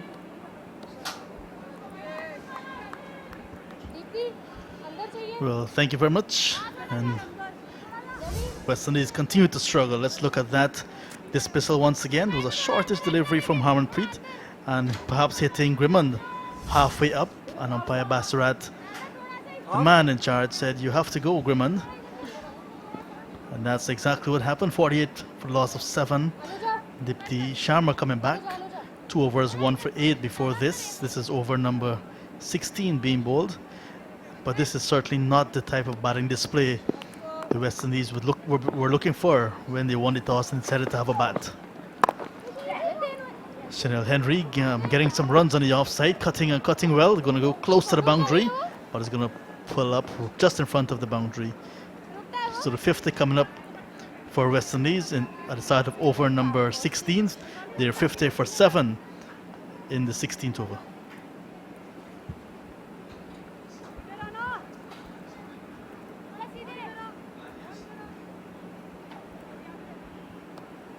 Chanel Henry, with all the experience now, will have to come to the party and bat with the tail. She's now into double figures. She's on 10. Not a cut shot being played and looking to get a single. But the fielding has been very good, Marissa, from India. Yeah, just had a one mishap by the Shafali, the young 15-year-old. But I know she probably might be saying that. Don't worry, Skip, I will make it up with a bat. So far, not a lot of runs for them to get to chase eventually. But still some time, 4 overs after this for West Indies. But the way the Indian bowlers have been bowling, I think the West Indies will not get 3 figures in this match. But they'll be doing very well to get over that 70 for 8 that they hold as their lowest total in T20s International. Do you remember that? 80 for 7? Was it 70 for 8? Do you remember that?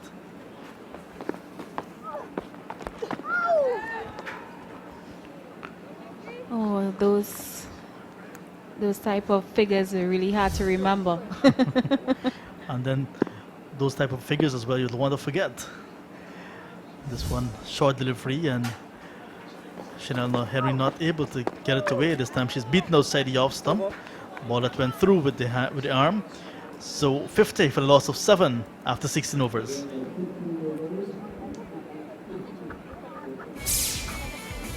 Hey parents, are you looking for an academy in Queens and Long Island for your boys and girls? Whether you're a beginner or an advanced player, Queens United Cricket Academy is the place to be. Registrations for spring and summer sessions are now open. For more information, visit our website at qca.org.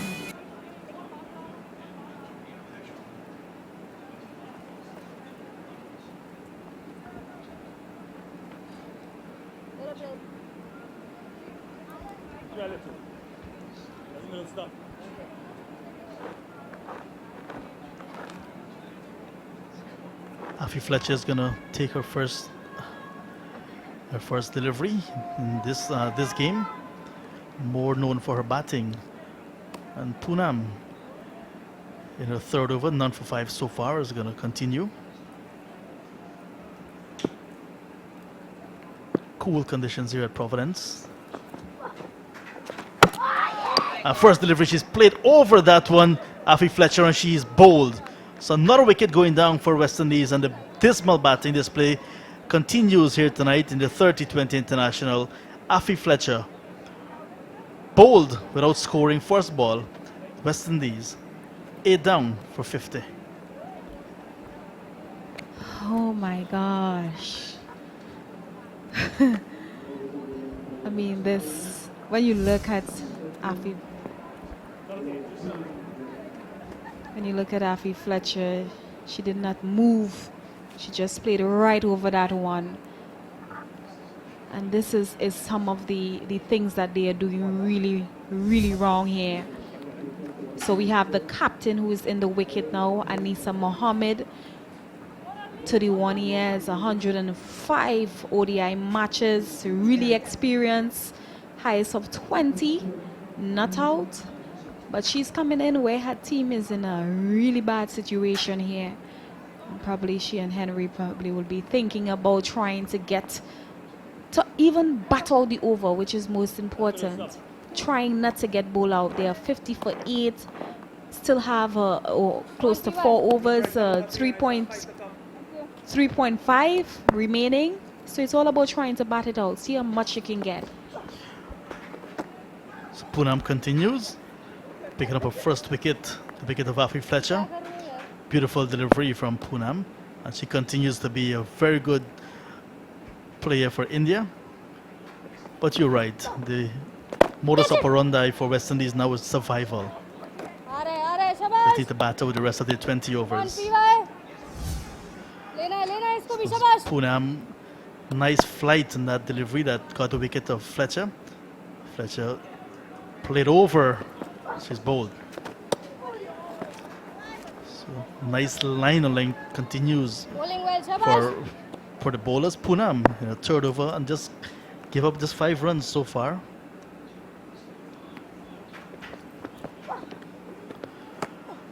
Nice flight once again, and Harmanpreet definitely happy.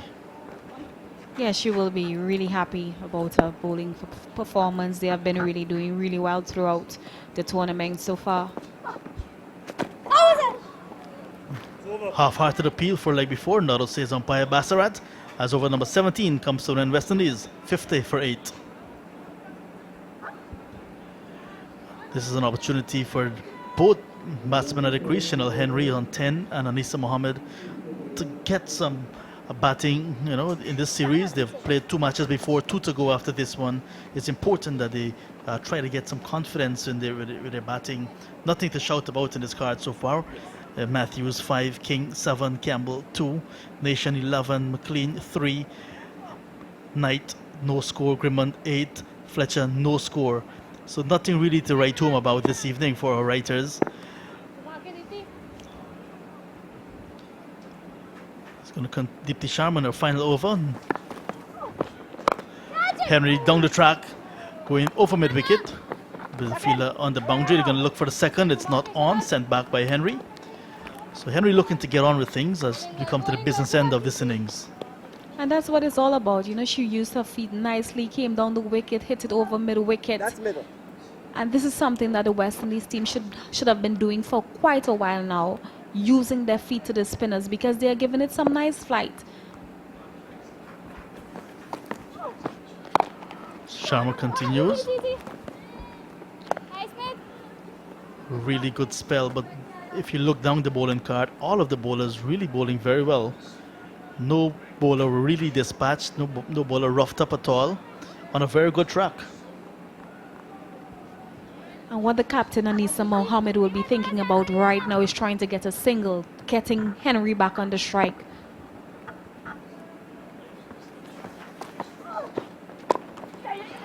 Quick single taken, you called it right, Marissa. Good rotation in the strike. Henry, the aggressor and the more accomplished of the two, will be looking to take most of the strike. You need to give the bowler something to work with.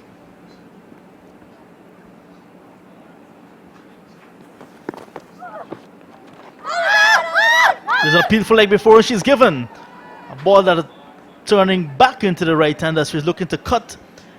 Was too close to cut, taken on the pad, and another wicket for Deepti Sharma and for India.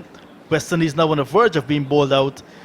52 for the loss of 9, as Henry goes leg before to Deepti Sharma for 11.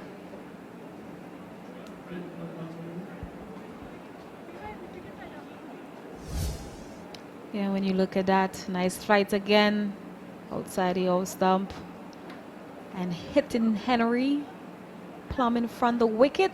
I know she will be really disappointed about that. But it's Shakira Salman who is coming into the wicket. 75 matches, so she has some experience in her, together with her captain. Her highest 7 not out, not what they will be looking for right now, much more than that. But they both are at the wicket now, and hopefully they can bat out the overs. That's their main concern, is just to bat off the rest of the overs. That's mid. Her highest score 7 not out, so once you can come not out again, I think that's going to be important for West Indies. But Chanel Henry very disappointed, like you said, but was sharp turn from Sharma. It was a ball that's outside the off stump, turning back very sharply. Good turn, and another good wicket for India. West Indies will be very disappointed. This time Salman, more known for her batting, playing this one into the onside and can't score.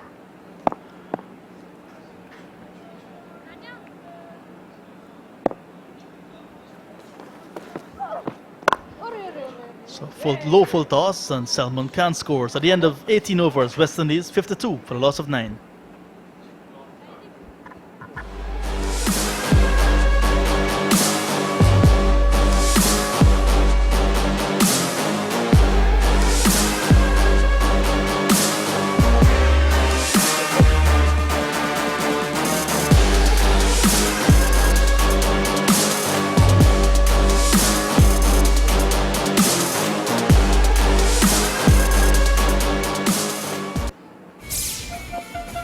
Hey parents, are you looking for an academy in Queens and Long Island for your boys and girls?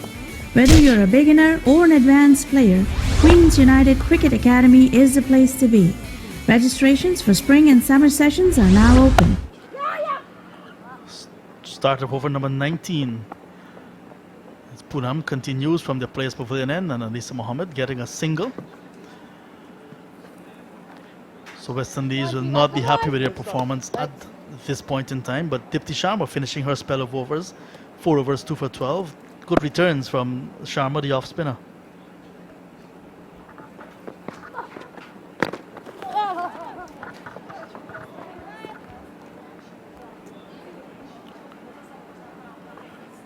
So it's a matter of survival for Salman and Mohammed.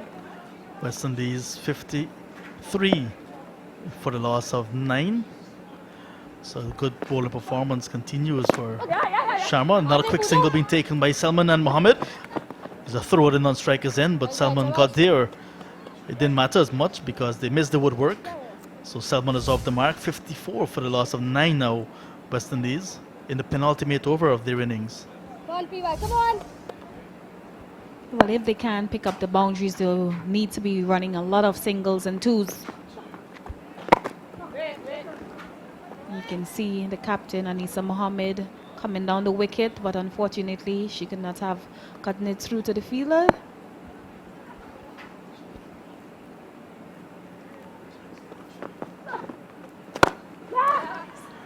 Lots of flight once again from Poonam.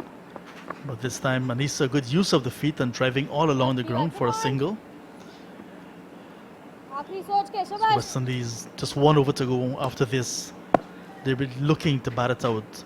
Just want to score as much as possible from it. And going back to Dipti Sharma, well, after the over, West Indies, they are 55 for 9. And going back to Dipti Sharma, she bowled well, picking up the player of the match in the last T20 game in St. Lucia. 4 for 10 from a 4 over spell. And when you look at this batting card, is, as I said earlier on, for some cause for some kind of concern here. When you look at it, it's really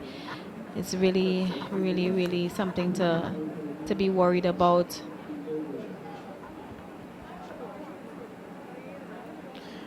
And the Indian bowling card, definitely impressive. Nobody giving away more than 5.5 runs and over. Harmanpreet Kaur, the captain, 2 overs, 1 for 11. But other than that, Poonam, 4 overs, 1 for 8. Vastraka, 2 overs, 1 for 9. Dipti Sharma, I just mentioned, 2 for 12 from her 4. Radha, 2 for 6 from 4. Very economical as well.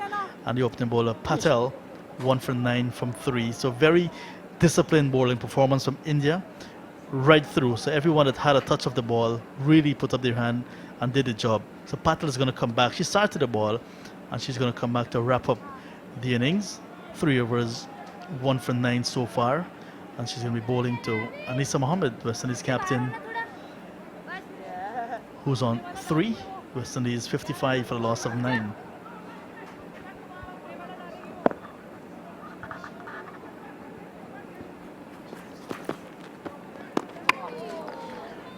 Playing over that delivery. There's a slip in place now. So even in the final over of a T20, India can put some pressure on the last pair of West Indies by employing a slip. That's good going by the captain.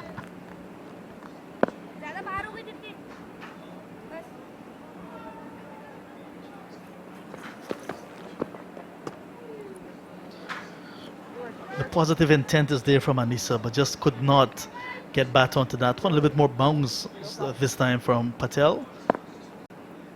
But the intent is there from Mohammed.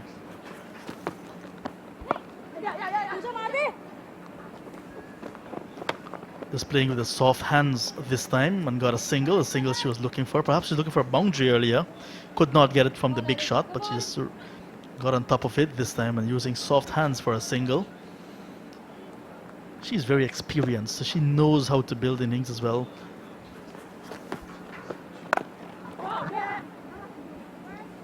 Someone looking for the big shot is not there. But this is the final over, so anything they get, they will be able to take it.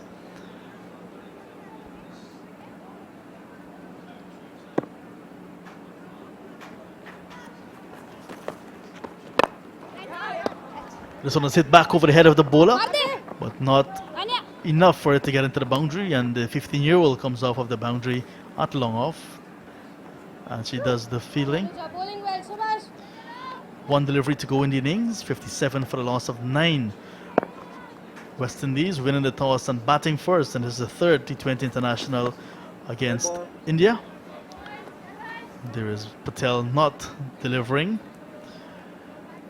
And if West Indies' previous lowest total was 70 for the loss of 8 against England. So by some distance, this is their lowest total. So this one is hit in the air and floored by Verma.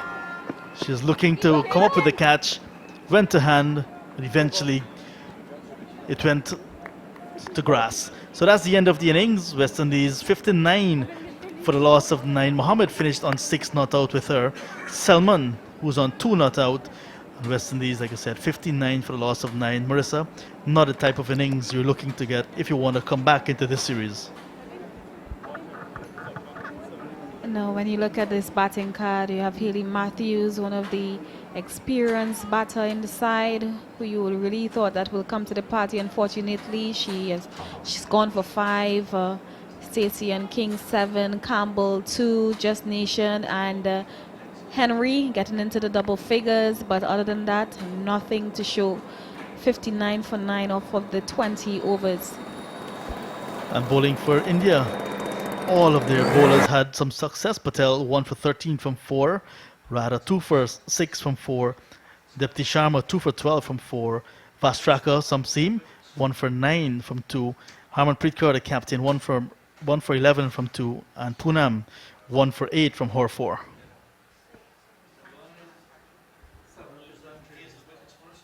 So here's the wickets.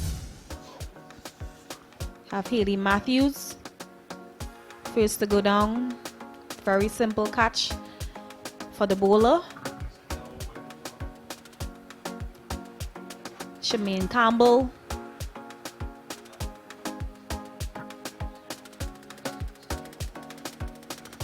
Stacey and King getting bowled, playing over that one. Shidi Nation, the next to go. Stump, really clever stumping by the wicket keeper. You have Natasha McLean not being able to get on the other end. Very poor communication by both. And Kaishona Knight, not sure what was happening there and got bowled. Shanita Grimman, LBW, after hitting a 6. And Afi Fletcher, bowled, not being able to move her feet. And Chanel Henry, the last to go, LBW.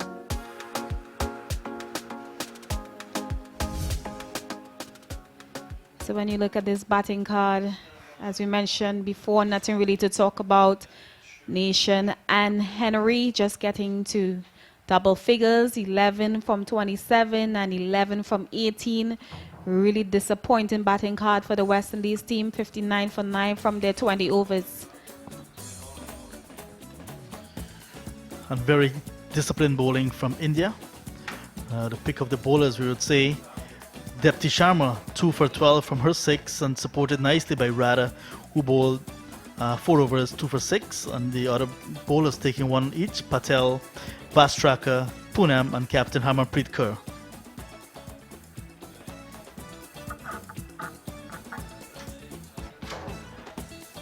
So it means that India, when they come to bat, will need to get 60 runs from their 20 overs.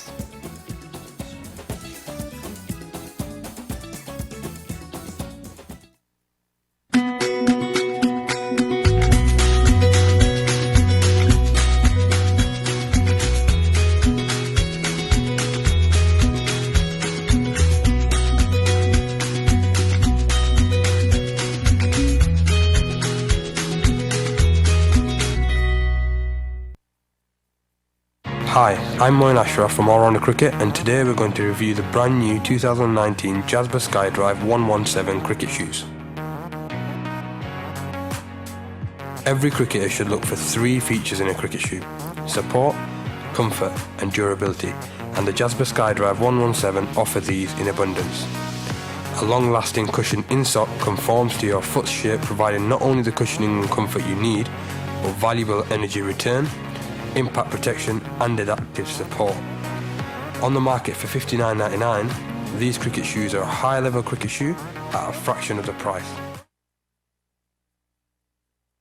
Are you ready? Colonial Medical Insurance Super 50 Cup is here. 10 teams clash in 43 matches at the Queen's Park Oval and Brian Lara Cricket Academy Trinidad and Warner Park Stadium and Connery St. Kitts. It's going to be music, entertainment, excitement, and 23 days and nights of cricket mayhem as the teams vie for bragging rights at the Cup of Champions. Who you reppin'? Come for the action. Stay for the vibes. For match schedules and more, visit windiescricket.com.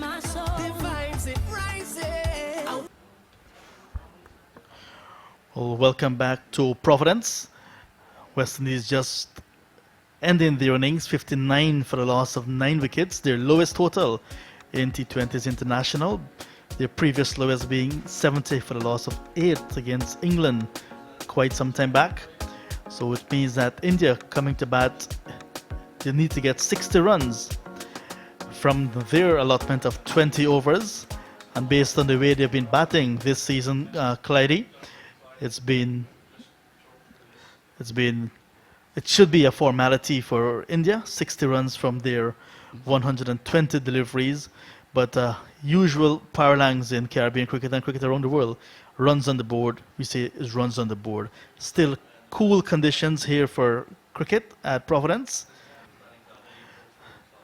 So as we welcome back Clyde to the microphone, disappointing batting performance, Clyde, no batter really getting ahead of the bowlers. Just 2 of their batsmen getting into double figures. Shireen Nation 11 and Chanel Henry 11, but all others showing no application, not getting into double figures. 59 for the loss of 9. Total disappointment. It was a total disappointment the way they approached the innings. I think, and we talk about the shot selection. I think that was very poor. When you got bowlers bowling to you that slow, you need to try and use your feet and hit down the pitch a lot more. We saw a lot of the players looking to back cut, very slow deliveries, and I think that's not the shot that you play against such slow bowling.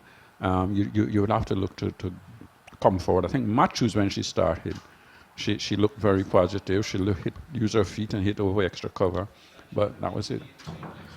And the bowling for India, if you look at it, they've used Vash Tracker 2 overs, 1 for 9, but other than that, it's been spin, and more spin. And do you think that was the way the pitch called for? Yeah, I think they read the pitch very well and they bowled within themselves. They bowled very slow, didn't give the batters any sort of chance or any pace to work the deliveries around. And I said earlier, the batters would, instead of looking to hit, they were doing that. And the Indian bowlers adjusted well, bowl the length, bowl slow, and make them work hard for their runs. It means now that India will need to get 60 runs from their 20 overs. And if you look at the lineup, Harmanpreet Kaur, explosive indeed, and the rest of their batting, you can tell us what you can expect. Well, I think when you're chasing such a low total and you're on your drive, I think the Indians are going to come out very positive. We have seen them in the previous 2 games, the way they approach innings, and I think it'll be no different in this game. Shefali Verma should be licking her lips here, looking to get the start again. And Harmanpreet Kaur, the captain, she had 100 here at Providence last year in the World T20. So they'll be looking to once they get the opportunity to take it home quite early for India to give them an unassailable 3-0 lead. Yes, and why not? You're just chasing 60 runs, and I think you're going to look to score as quickly as possible and to score the runs.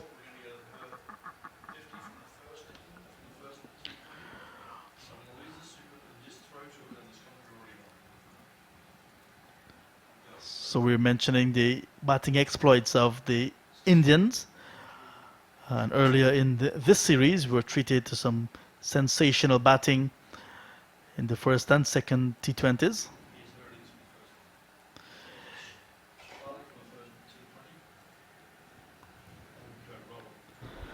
just 15 years old, Shefali. Hits this one over the even. Can it go for 6? 6 runs. To hit the ball in that direction. Oh, it's up in the air and it's down the ground. That's going to be all the way. That's 6 runs. Doesn't happen. Could that be the chance? Oh no. That is 6 runs. And that's the half century for the young Shefali Verma. 15 years old. And it would, if I'm not wrong, her first half century in international cricket, being congratulated by Smriti. It's up in the air again. Up in the air. Haley gets a chance to redeem herself and it's gone for 6.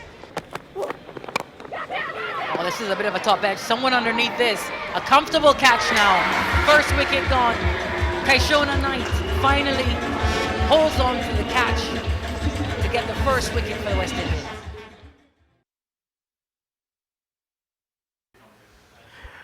That was some batting indeed from Shefali Verma, the youngest. She became the youngest Indian to score an international half century, 49 balls, 73. And she did that at the age of 15 years, 285 days, beating Sachin Tendulkar, who had a previous record at the age of 16 years, 214 days. As we welcome back Marissa, that was certainly some batting from a 15-year-old sensation. As we get ready for the run chase, Shefali Verma is going to be, of course, starting. This is just her 6th international T20, 73, her highest in that innings we just saw. 206 runs altogether, averaging in the 40s for the 1.20. Early days yet for her. Lots of potential. And her opening partner, of course, is Smriti Mandana. She's quite a sensation as well. 23 years old, 64 matches, highest of 86, and getting close to 1,500 runs in her career, averaging 25.28. Starting the ball for West Indies is going to be off spinner Hayley Matthews, bowling from the Players Pavilion end.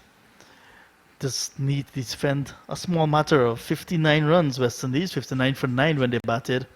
Lots of work on the shoulders of Anisa Mohammed, stand-in captain for this series after Taylor was out with an injury for the series. So Anisa Mohammed, West Indies captain for this series, experienced, but she's going to be hard-pressed to come from behind to take a victory in this one. First ball on the line of middle stump, and Verma turns into the onside. Just welcome back to Marissa. Hi, Marissa. Hi, John. Nice to be back.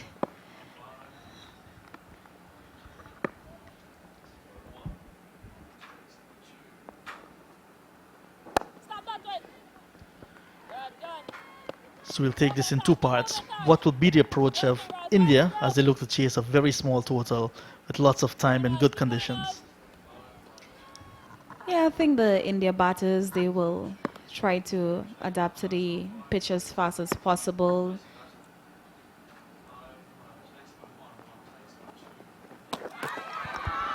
And a wicket in the first over. Shemaine Campbell completing the stumping. Good bowling from Hayley Matthews. And that's the type of start you need once you're defending a very small total. Hayley Matthews giving the West Indies that start. And Shemaine Campbell completing the stumping is the very dangerous Shefali Verma. Stump Campbell off Matthews just after 3 balls. India, you're not for 1. And this is good bowling by Hayley Matthews. And you can see women coming down the wicket, missing it completely. And Shemaine Campbell finishing off the job. Good stumping by her. So my next question will have been to you as well. What will the West Indies need to do to come back into this series? Defending just 59 for 9. As we see the new batsman, looks like Jemima Rodriguez making her way out to the middle.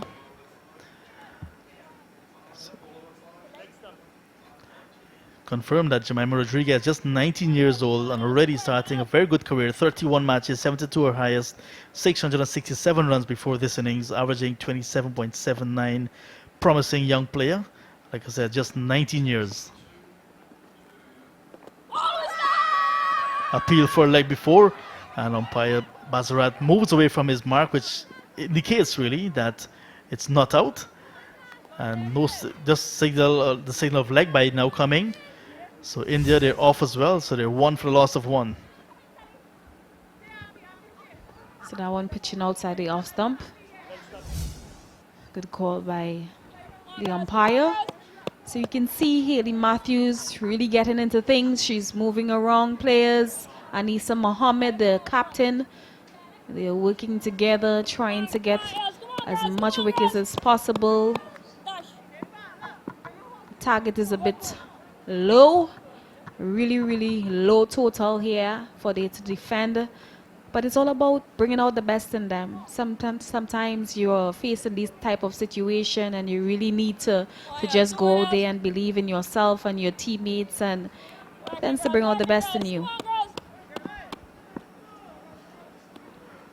An early wicket is what West Indies really needed. They got that after 3 deliveries. When the series leading run scorer Shefali Verma was stumped. Stop that! This one is Smriti Mandana driving and will get off the mark, and she's gonna look to come back for the second. It's definitely on. Good running and good support from Jemima Rodriguez as well. So India collecting 2 of the bat of Mandana, 3 for the loss of 1. But it's really an uphill task. Big ask for West Indies bowlers, but they're starting with spin. They're reading the conditions as well, Haley Matthews, and they're getting that wicket quite early that they need.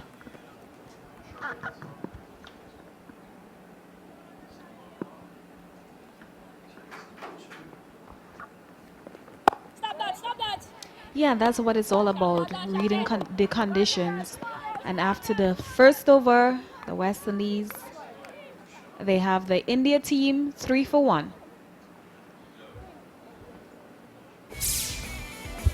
Hey parents, are you looking for an academy in Queens and Long Island for your boys and girls?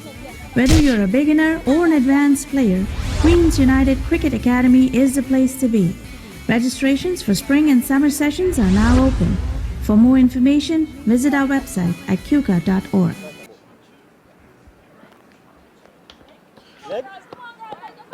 Going to see the start of over number 2 in this innings. It's going to be the captain of West Indies, Anisa Mohammed. She's going to be bowling from the media center end, bowling to Jemima Rodriguez, who just faced 1 ball. 3 for 1 West Indies. But once the spinners can settle in, Marissa, we can have a game in our hand.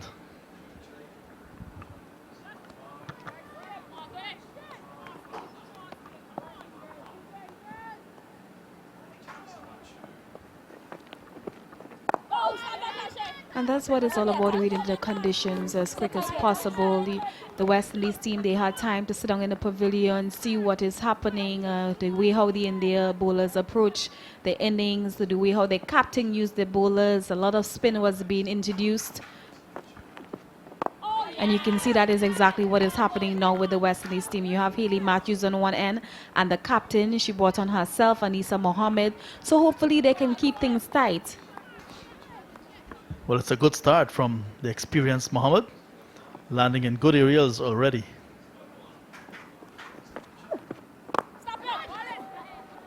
Oh, it's a nice flighted delivery and good use of the feet as well from Rodriguez, when beating the bowler in her follow through, and she will get a single.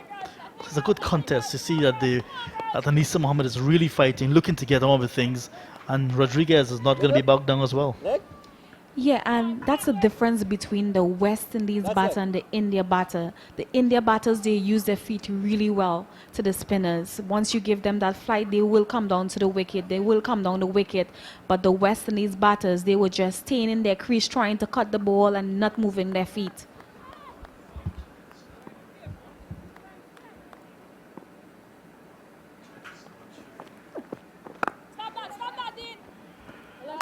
Nice confident drive to extra cover. Smriti Mandana She looks very good when in full flight. And the Indian batters, they know that they have a lot of time. So it's nothing to rush. So they are playing in different conditions. I think in St. Lucia, the ball was coming onto the bat pretty nicely. But now the spinners and the bowlers, they're in full control.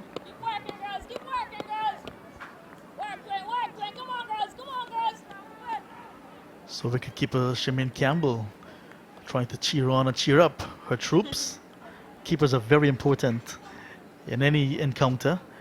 They're like the live wire of the fielding side. You were a live wire in your days?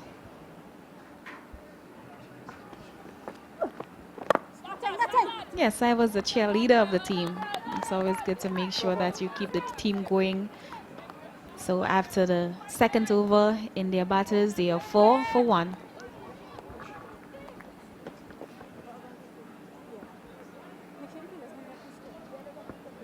So India, they've lost the early wicket of the young Shafali Verma. Dismissed in the first over of the bowling of Matthews. So now it's going to be Mandana and Jemima Rodriguez to face the music. 2 overs gone, 4 for 1, chasing just 60 runs to win.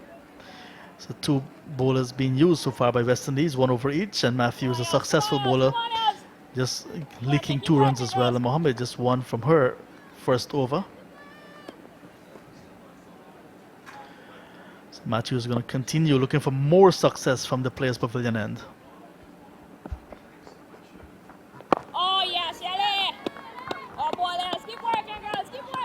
Bowling to the right-handed Rodriguez. There's a deep mid-wicket and a long on in place for the off-spinner. A ring of fielders on the offside.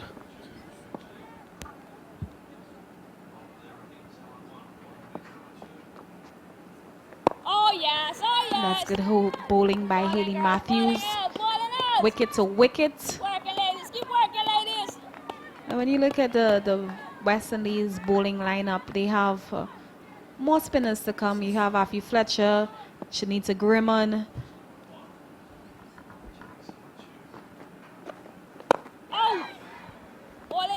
Good use of the feet once again from Rodriguez. Finding the gap. That's a big difference as well when the Indians are batting and when West Indies were batting. The Indians are finding the gaps quite easily. And that's what it's all about, especially in T20 cricket, where you want to make sure that you are scoring as fast as possible, trying not to be pinned down by the bowler. Mandana walking into the shot, making it into a full toss. And another single taken in the V. They're working the V, the Indian top order batsman.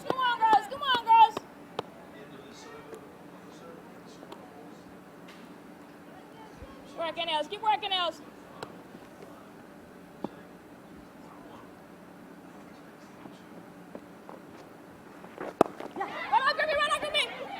Back up. Oh. Chance for another non-strikers then. Good work. Looks like Grimmond on that occasion. Keep working, girls. Come on, girls. The local girl from Berbice could not hit that with work at the non-strikers and it needed that. We're still in the power play, mind you. Let's look at that again.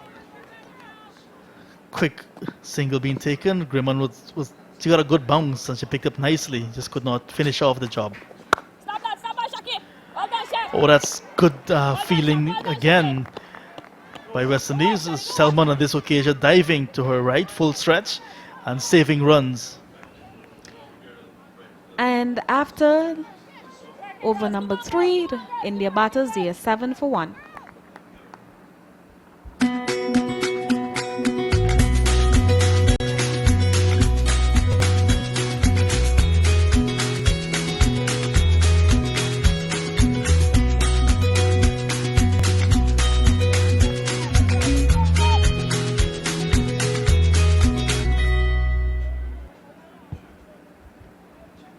And that was good feeling by Shakira Selman.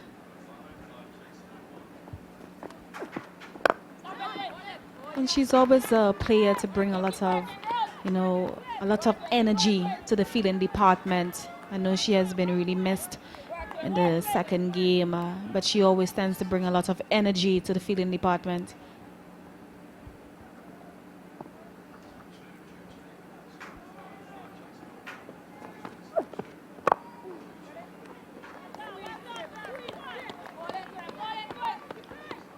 West Indies captain Anisa Mohammed landing in good areas and not giving the batsmen a lot of scoring opportunities so far.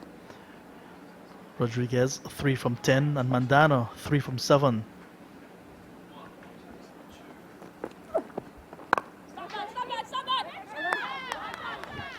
And that's good feeling again by Shakira Salman. And I've always enjoyed looking at Shakira field, the way how she go about her business. You know, she always wants to be where the action is. And that's really good to see from players. And especially when you're defending a low total, there's no room for error.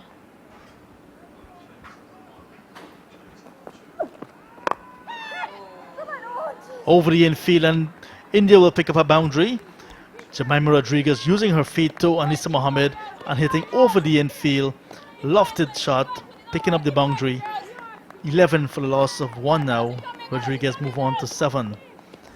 Good use of the feet once again. Yes, and you can see that she has been driving the ball along the ground and not being able to get it through to Salman, who has been doing really well. And this time around, she hit it over the cover and the extra cover. So that's what it's all about, making sure that you can go into good areas where you can get scores, get boundaries, singles. And when she realized she's not getting it by Shakira Salman, she decided to do something different.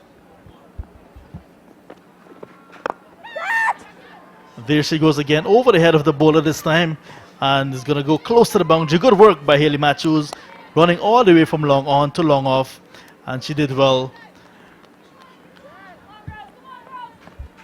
And they completed 2 runs, so good work from Hayley Matthews, good commitment, and that's what you need, like you mentioned, defending a small total.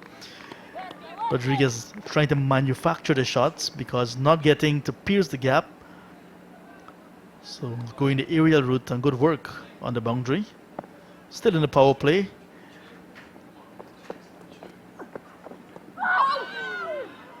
Round the wicket this time and getting some turn. Anisa Mohammed. That's the end of 4 overs. India looking to get 60 to win. They're 13 for a loss of 1.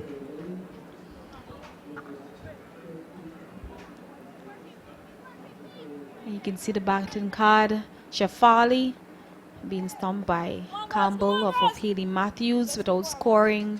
Mandana not out from 3 of 7, and Jemima not out from 9 of 14 deliveries.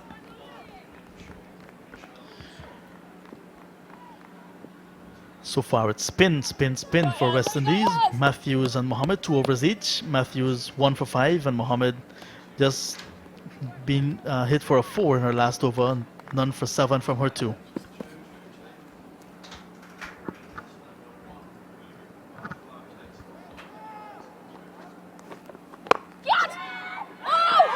Matthews continues, and this time hitting in the air. Shakira Salman, what a catch. That's a super catch. And definitely the way the West Indies need to get back into this game is to pick up wickets and pick up wickets regularly. And that's Smriti Mandana, caught brilliantly by Shakira Salman at cover off the bowling of Hayley Matthews. Gone for 3. India now in over number 5. 13 for the loss of 2. And this is exactly what we are talking about. Shakira Salman, she has been on top of her game, on top of her fielding so far. And she took that one nicely, keeping her eyes on it, diving forward. And this is exactly what the West Indies women team will want it at this time. Good wicket for West Indies to pick up. Still in the power play. As we see the new batsman for India making her way to the middle. Captain Harmanpreet Kaur. 30 years of age in her 102nd international match. Highest score 103, made right here at Providence a year ago. 2,025 runs under her belt. Lots of experience, lots of promise. She's really a classical batsman. Yes, she is. And just looking at her, how she came out on the field, her intention is to score runs. And this is what it's all about. It's not just about just walking on the field and just, you know, just having a Sunday cruise. It's about thinking about what you're about to do. She ran out on the field, so it's showing that she's about to do something. So it's all about making sure that the West Indies bowlers really pin her down.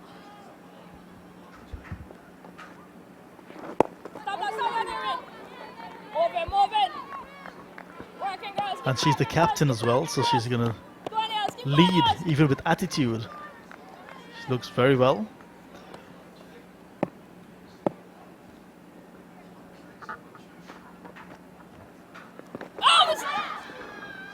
And Haley Matthews flighting that one nicely. Matthews realizing the importance of her opening spell, and she's doing very well so far. 2 for 5, and this is her third over. Oh! Go move it. And Anissa, the captain, she will be thinking, I need to bring back Matthews to bowl out her over, because you need to get as much wickets as possible to get it as deep.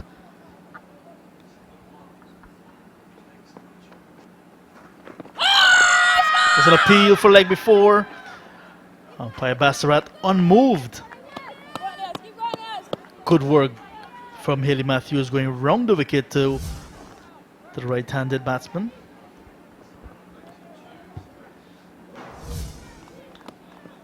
Long stride forward. Not out given by umpire Bassarat.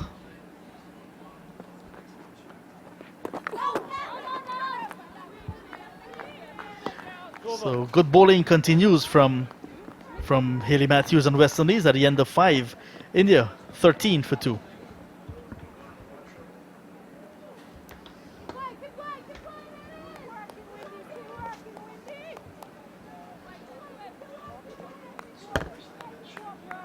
So after 5 overs, the India team, they are batting 13 for 2.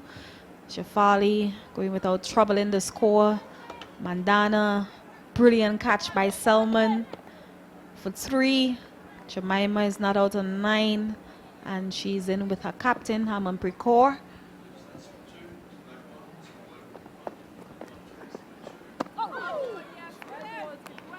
And we welcome back Mr. Butts. Thank you, Marissa. Thank you very much. What a good start by the West Indies. Good reply in the field. They've looked very sharp, and they've bowled fairly well. They've bowled in good areas.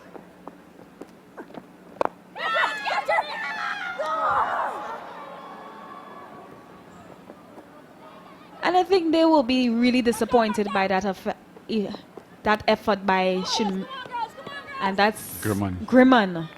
Shanita Grimman. They will be very disappointed. And you can see the captain, Anisa Mohammed, in the way she expressed herself. That's a poor effort by Grimman. It was. I think it was a delivery that didn't go that high over her head. I don't think she made a good effort. She didn't come off the ground, actually. The delivery that was pitched up. Batsman came forward looking to drive, hit over the top. Didn't get hold of it as they would have liked. And it went out to Grimman, who I thought didn't make that sort of effort that one expected at this time. And defending a low total like this, you will expect that all the chances, they need to take it. They need to grab hold of the chances, because you don't know when it will come again. Well, I think that's the only way you're going to win this game, if you take all your chances and get wickets, because 20 overs to defend, 60 runs. You really have to bowl well if you're going to bowl 20 overs and they don't score 60 runs. And you can see there's a lot of clapping and supporting by the West Indies team, and it's really important that they keep it going.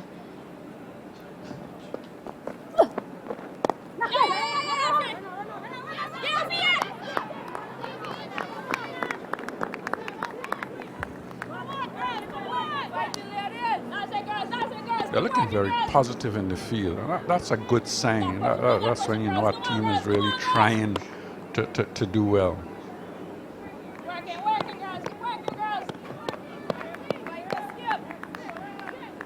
Exactly, and it's really good to see them, in good spirits after such a poor batting performance. So it's all about trying to make sure that they can get on top of things in the feeling. One does, one Ellie, one does.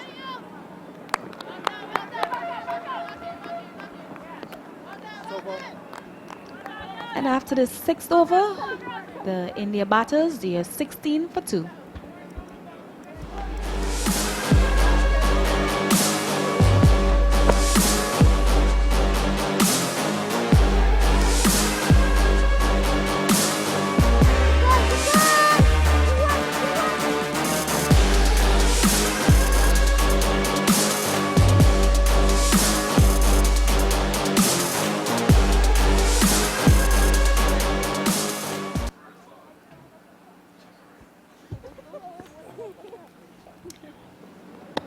And you can see a lot of discussion being taken place by the vice captain, the captain. You had Shakira Selman coming in as well as Haley Matthews. And this is what is needed. This is what is needed. Well, they need to show a positive attitude. I think they have done so. I guess the discussion there was whether they would bowl out Haley Matthews. Well, and I think that you've got Haley Matthews. She's got 2 for 5 from 3 overs. You've got to see if she can get another wicket. And Nisa Mohammed, the other experienced spinner, can then come off and bring fresh bowler into the attack. Yeah, but it's a really good decision by bringing back Haley Matthews. It makes no sense you keeping her back just for one. And they have to defend a low total like this. You have to be able to make sure that your best bowlers bowl out, trying to defend this run, trying to win this game.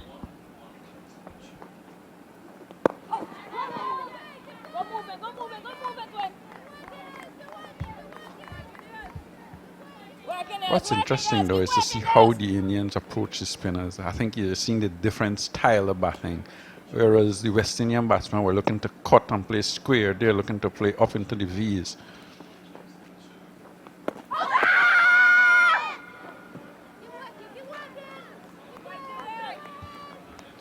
That's a loud shout by Haley Matthews.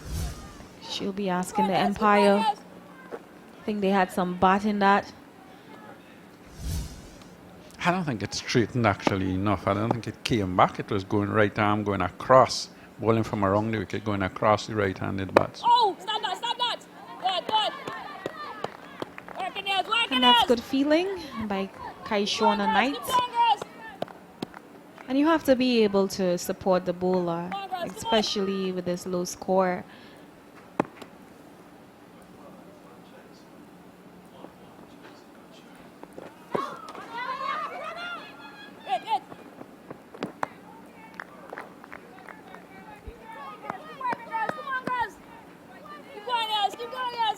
So who we think would bowl after this? Affy Fletcher? Will it be Grimman? I would actually bring Affy Fletcher into the attack. I think she's an attacking bowler and she tends to get wickets. And after the seventh over, the India batters, they're 18 for 2. Hey parents, are you looking for an academy in Queens and Long Island for your boys and girls? Whether you're a beginner or an advanced player, Queens United Cricket Academy is the place to be. Registrations for spring and summer sessions are now open. For more information, visit our website at qca.org.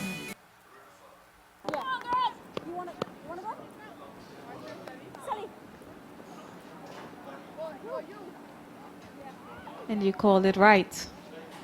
The new Sometimes bowler. we do. The new bowler into the attack, replacing the captain Anisa Mohammed, Affy Fletcher. I think she's got the experience and she do tend to get wickets. And leg spinners do. Leg spinners are pressure bowlers and they tend to put pressure on the opposition. You've got to try and pick up wickets. You're not going to bowl 20 overs out to defend 60 runs.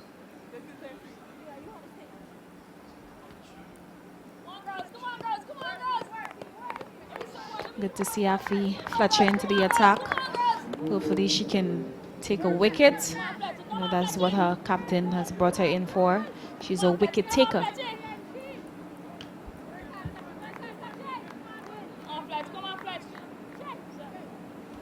And it's good to see a slip in as well. Come on, Fletcher. Come on, Fletcher.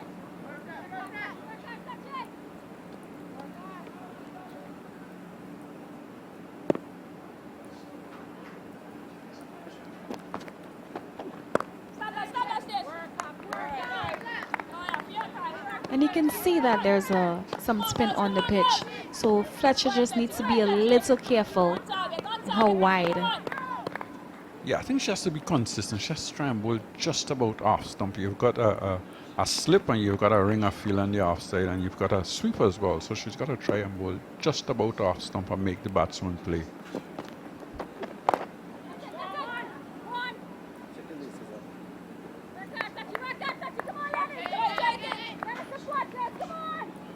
And this is what I like about the India batters. When they realize that they cannot score, they're trying to make something happen. They do something different.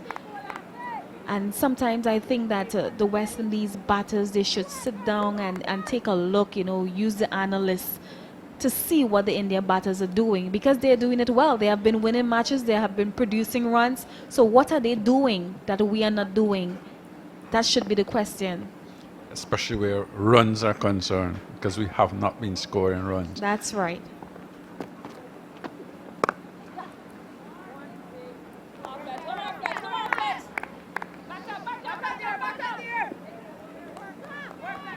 And as you see there, they're not looking to back cut. They're looking to keep the ball in front and both offside and leg side. The previous delivery, batsman went across the wicket, tried to pull that last wicket back and looking to hit it in the gap in front of square on the offside. Oh, yeah, Fletcher. Fletcher. Keep working, girls. Keep working, girls. The West Indies women, they will need to bowl out the India batters in order to win these runs.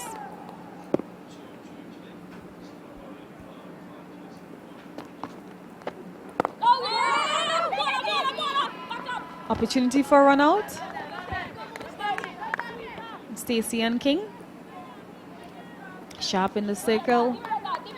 She's at point. Come on, Fletch.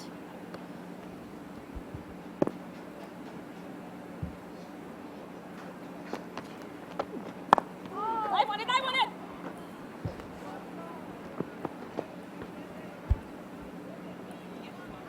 on it. That was a good shot. That was wide outside the off stump. She went across, cut it behind square. She didn't try to hit it too hard. Use the pace of the delivery and got it behind square on the offside for 4. And things to note here as well is the sort of pace that our spinners are bowling and the Indian spinners bowl. I think the Indian spinners bowl much slower than we are actually bowling. And after the 8th over, the Indian batters, they are 24 for 2. Sorry.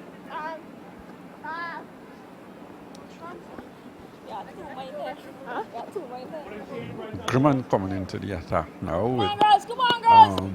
Matthews finishing her 4 overs. 4 overs, 1 maiden, 7 runs and taking 2 wickets. That's very good bowling. And she cost all the batsmen some trouble that she actually bowled that. So that was a very good spell. And it is the type of spell that can win you game. And that was a good pressure spell by Matthews. You can see Afi Fletcher going for 6 from a first over. We have Shanita Grimman she's the off-break bowler.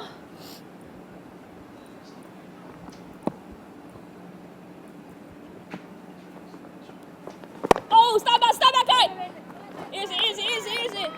Well, that's taken a lot of chance to play a shot like that on this pitch, because that certainly kept fairly low as well, going back looking to pull. And I really like the pace that Grimman is bowling, and I really hope that she can continue, because at this point, consistency is the key.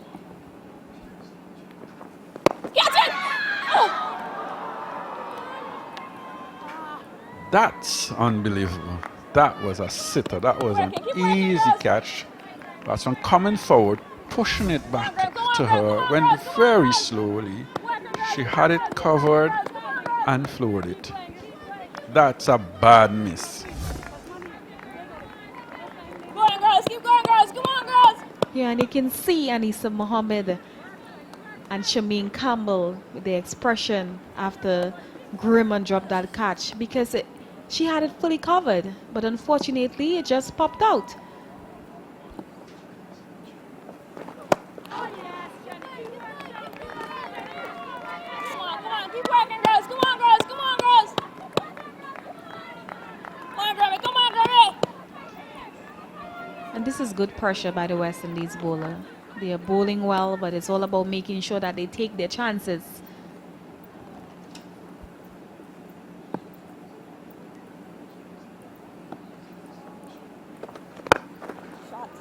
That's a glorious shot. That was a ball pitched up outside the off stump, using her feet, getting to the pitch, and then stroked it nicely through the covers for 4.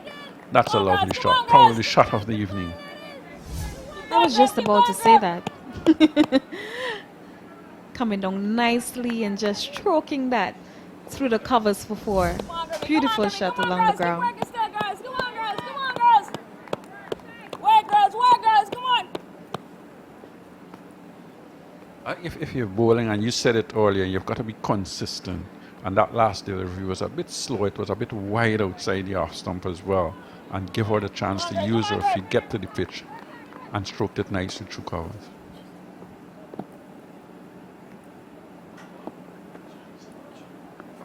Oh, stop that. Stop that. And when you look at the captain sending out the cover fielder, I think at this time the bowlers need to bowl to their feet. They need to bowl tight. So if you can't do what I'm asking you to do, I'm going to remove you. A bit harsh. Of one delivery. That was an excellent delivery this time. Getting the edge and running down to the third man. And they're certainly going to get 2. I think that's what happens, though. You bowl a delivery that get hit through cover. Captain change your field, and then you bowl the delivery in the right area. And after the 9th over, the India batters, they are 30 for 2.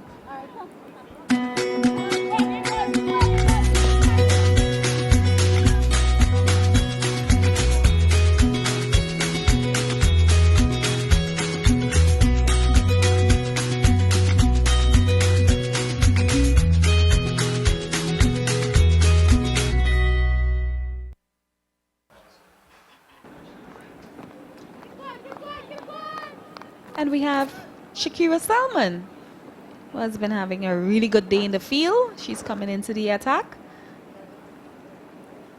And I think what you're going to see from Shakira Salman is a lot of slower balls. Well, Shakira Selman is not as quick as we know how she used to be. So she bowls a little slower. She tends to bowl a lot of slow ball, or cutters, as you call them, on these type of pitches. And cutters will work on a pitch that is slow and low.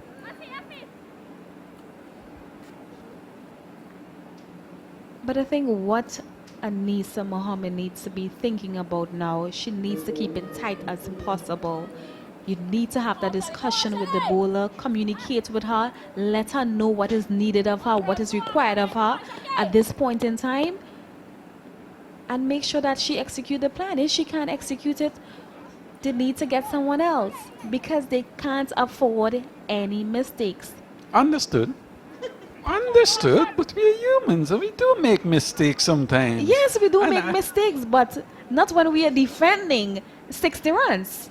That's understood. I think the thing for me is that you've got to know where you're going to bowl and where you're going to get your wickets. And when you look at the field is not saying how we're going to take wickets. It's just a defensive field. And to defend, what? You need 30 runs more. Well, a lot of overs, 11 overs. You're not going to defend that. You have to decide that you're going to take a wicket. And somebody should be in an attacking position. So look how easy that is. Just drove that nicely through the covers and it's a single. You have to make them go at it. Yes, if they are looking at like they are being really aggressive, then you make a decision. And that is when I say take you off. That's when you need to come off. But you can't afford to be defending 60 runs and you have 4 fielders on the boundary. I agree, and I don't see why a mid-on and mid, both long off and long on should be back. One should be in.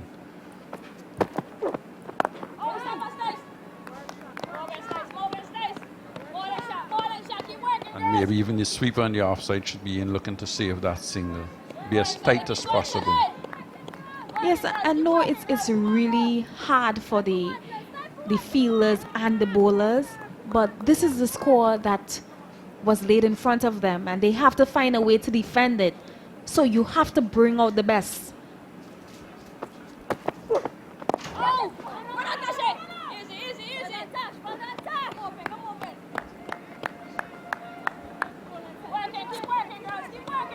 So that's 2 dot balls from Shakira Salman. And that last delivery was one of the cutters that we talked about. It was slow as she go on the off cutter. Pitched and it came back into the batsman.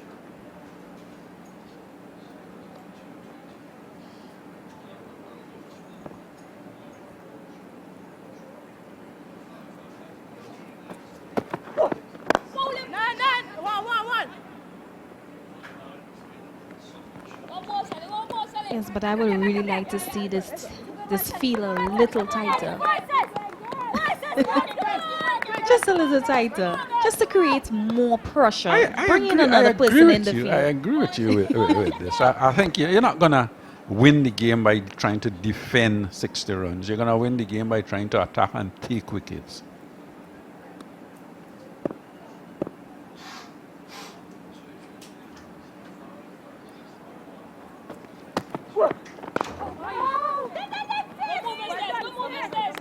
When you have a lot of fielders up in your face, you feel a little bit intimidated as a batter. Not all batters tends to feel that way. Speaking from experience.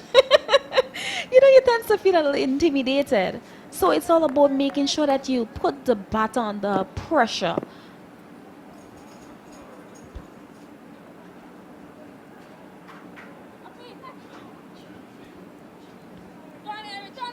I think she's bringing in the third man and pushing back in mid-off, which again does not make a lot of sense to me because the pitch is slow.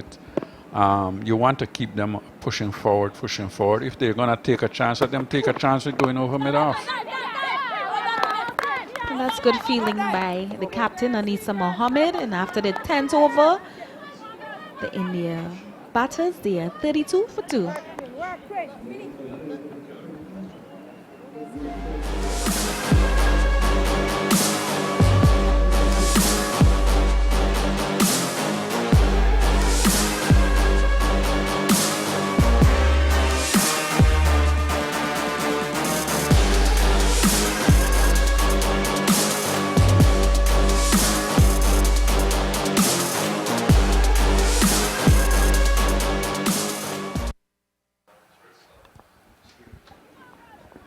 Welcome back, John. Sure you had a good break, little break. Well, thank you very much, Clyde. Nothing like some good tea in the evening time here at Providence. But it's a good fight. I think the West Indies realizing that they need to pick up wickets, and generally the idea is to pick up wickets. Fielding has been very supportive of the bowlers so far. Well, I think the ground fielding has been excellent, but the catching, I think Grimman more or less should have taken 2 catches. One caught on bowl and one, I think at extra cover, she did not make the sort of effort one would have expected her to make. But the caught on bowl certainly was a very simple catch, and she put it down. But the ground fielding has been excellent. I think Selman has led them very well in terms of the fielding. Come on off. So Fletcher will continue. Sweeping well, get some runs, 4 of them for India. Jemima Rodriguez getting some good connection in that one and sweeping all along the carpet. Another boundary to India. 36 for the loss of 2 in over number 11. Well, that was a good shot actually, because that was pitched up just about leg stump and she swept it just in front of square, powerfully as well. Come on, Fletcher.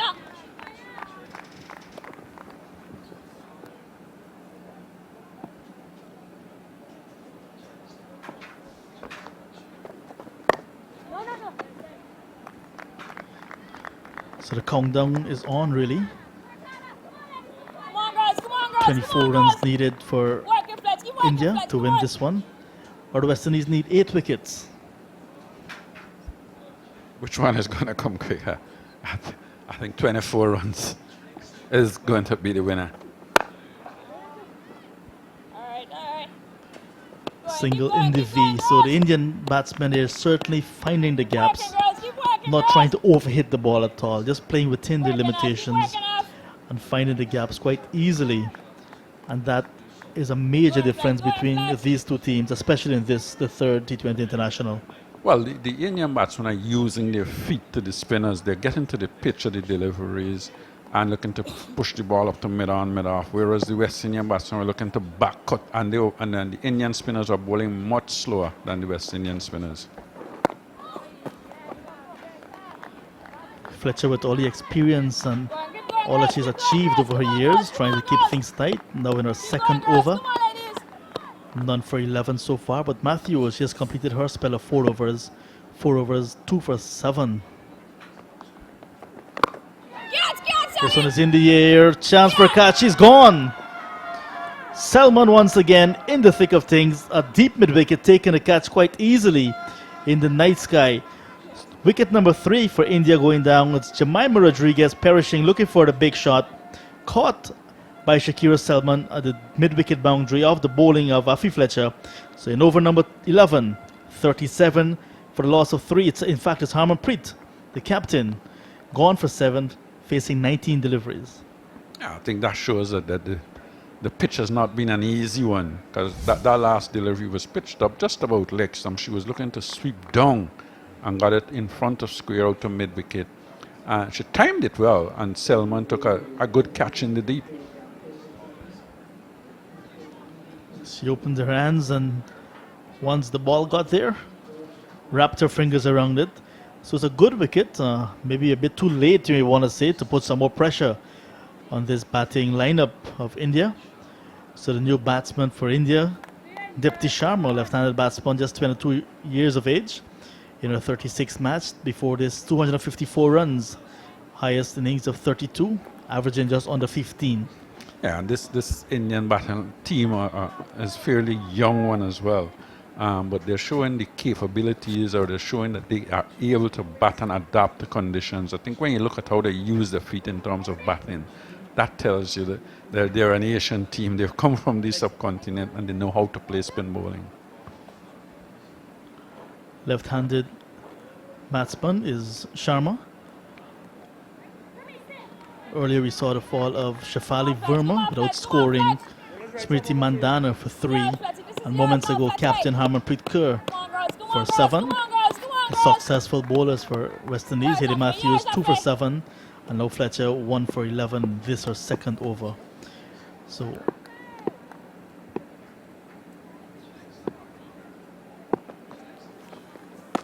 that's a wide outside the off stump, signaled so by umpire Basarat. The score now 38-3. You look at that batting card, and Rodriguez certainly stands out from on both sides, actually. Short and wide, and pretty wide. Definitely a wide.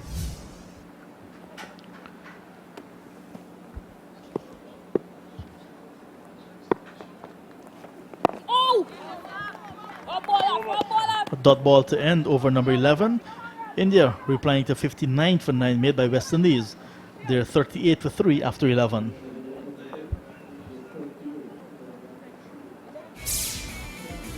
Hey parents, are you looking for an academy in Queens and Long Island for your boys and girls? Whether you're a beginner or an advanced player, Queens United Cricket Academy is the place to be. Registrations for spring and summer sessions are now open. For more information, visit our website at qca.org. It's been fairly tight. The West Indian bowlers have bowled tight, and they've kept the pressure, and they've been supported well in the field. But obviously they need another wicket or two very quickly if they're going to keep this game open. So Salman is going to continue. She's bowled 1 over, conceding just 2 runs. It's been a spinner's track. Spinners have been doing well, but in her 1 over, she's been very stingy as well, Salman.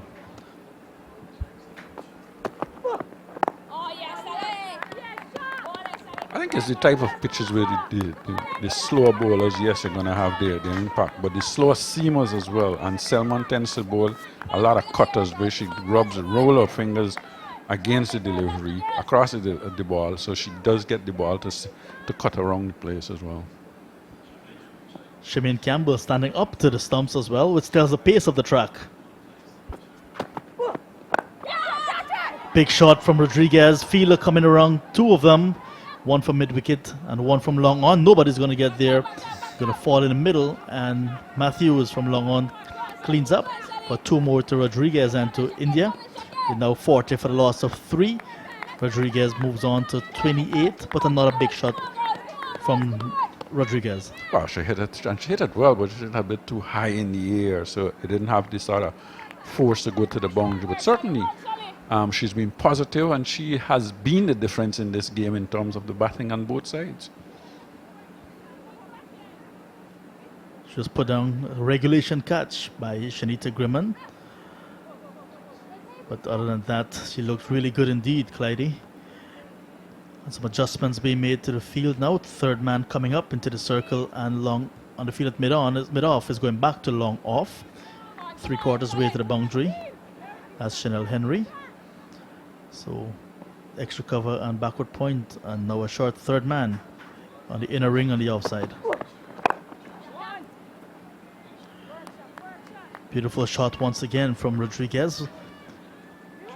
Down to the fielder in the sweeper's position. Not a single to India.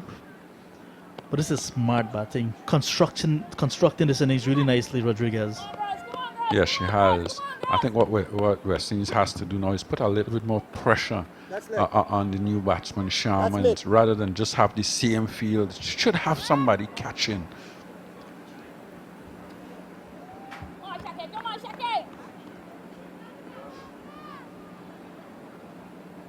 Salman, very experienced campaigner. Looking to use all of that experience. She's going to be bowling over the wicket to the left-handed Sharma.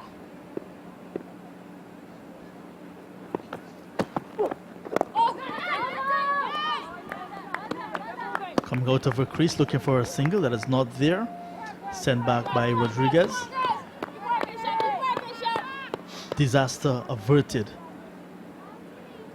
Anisa Mohammed, she has bowled 3 overs, none for 10. Afi Fletcher, 2 overs, 1 for 12. And Shanita Grimman, 1 over, none for 6. Those are the other spinners used tonight.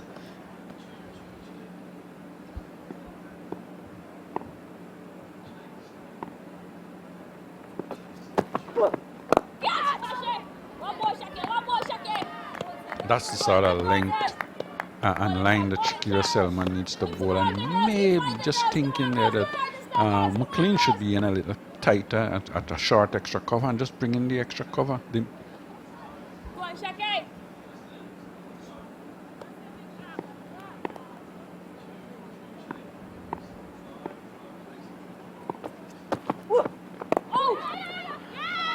It's too easy. He's dropping the hands, playing with the soft hands and picking up a single quite easily to end over number 12.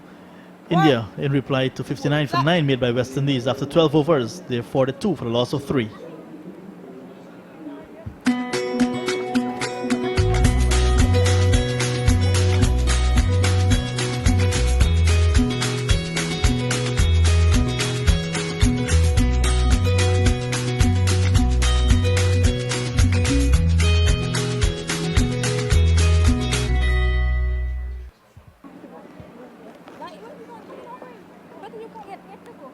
West Indies must be thinking now that they need to get a wicket. I need to get a wicket quickly, and especially if you can get Rodriguez out, because she's batted well.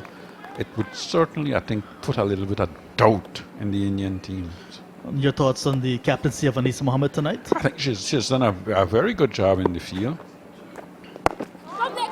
She has rotated her bowlers well. Her field placing has been fairly hard. I think if I had to be a little critical, it would be that I think she should have attacked just a little bit more.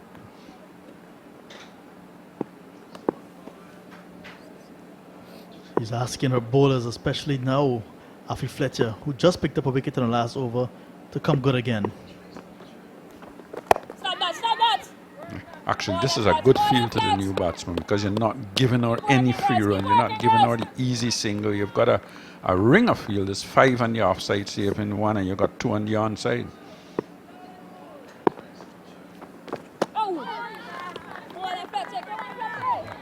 Well bowled, pace off the delivery again, and taken nicely by Shemaine Campbell, who's been very busy and very vocal behind the stumps, cheering on the West Indies team. That's the type of energy they need.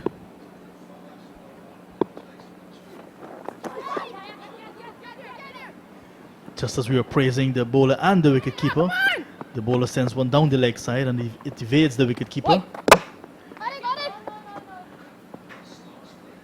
And good throw as well from that deep. actually was runs because she got a little inside edge and it went down to fine leg and they got 2 easy runs. Her eyes are very good, Clyde, even in the night light. I was awaiting a signal from umpire Bassarat. None came, but you saw it. Well done, Clyde. You're having a bird's eye Thank view you. from the commentary box.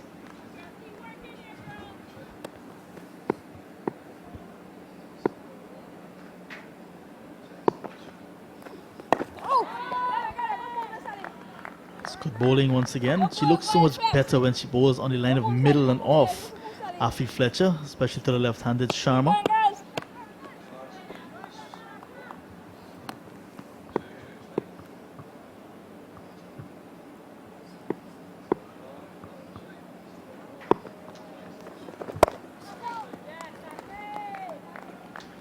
A dot ball to end over number 13. India 44 for 3. They need 16 from 7 overs.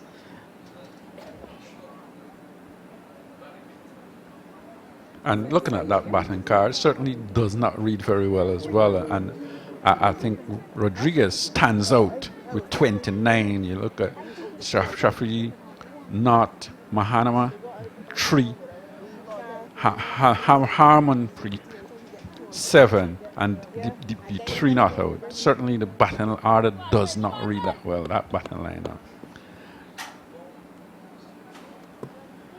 And the bowling, of course, West Indies. Matthews stands out, 4 overs, 2 for 7. Supported nicely by Fletcher, 1 for 14 from her 3. No other bowler picking up wickets, but they've been very economical indeed.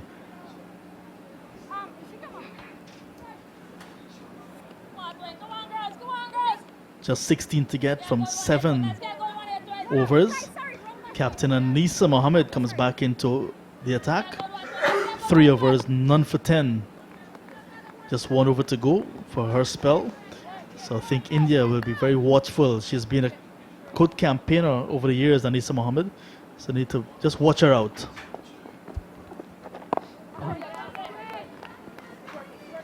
Well, looking at the bowling attack, and Grimman is the only one that has actually bowled, 1 over? So Anisa is going to be bowling out now. So that put pressure on somebody who has got to come into the attack to bowl to the finish. Mohammed to Rodriguez. Rodriguez looking to sweep. The ball goes by the wicketkeeper and leg byes signaled by umpire Patrick Gustard. 1 more to India, 45 now for the loss of 3. Anisa Mohammed coming round the wicket and the ball hitting the batsman just on the hip really. And she got an extra for India, so 45 for 3. 15 needed. Still, West Indies can utilize the medium pace of Chanel Henry and of course Stacey Ann King. Those are other bowlers that they can use, but they'll be looking for some pace of the delivery.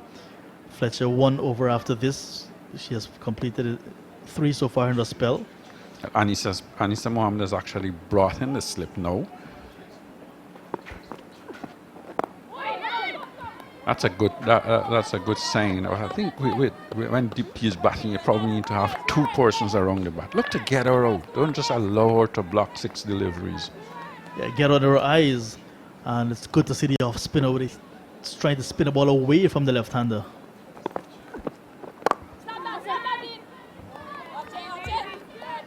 Good powerful drive, confident as well, but all along the ground to Shidian Nation, who did well.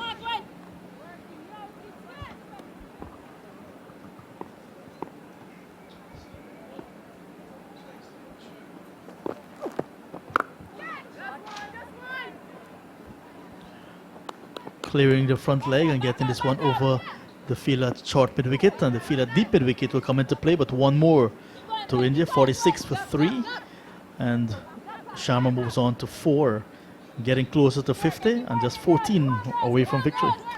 Well, West Indies have certainly prolonged this game for a long time. It's 13.5 overs. I think somebody was telling me this game might be finished within 5 overs. Certainly hasn't.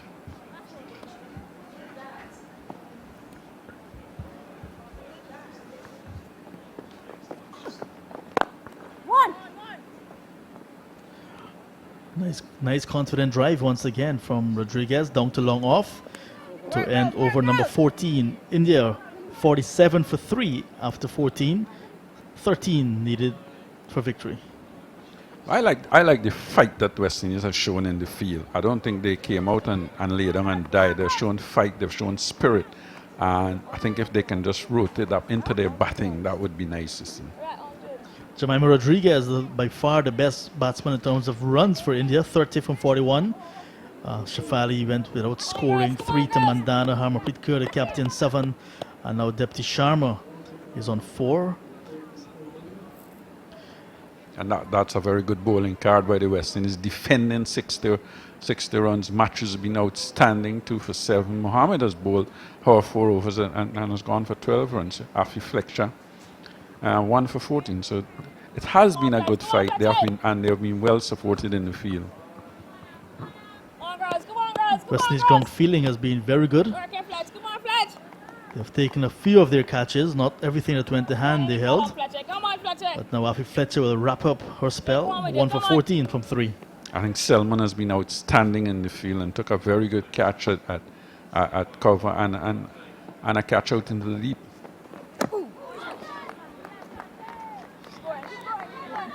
Fletcher spinning this one away from the right-handed Rodriguez and into the gloves of the keeper.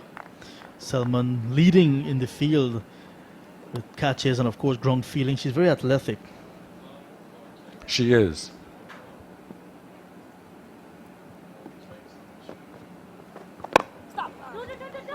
Good use of the feet once again from Rodriguez and beats the inner ring, but there's a fielder on the cover boundary. Shirin Nation keeps the ball in play. One more to India and to Rodriguez. Rodriguez on to 31. India 48 for 3. Come on, Fletch. Come on, Fletch. Come on, girls.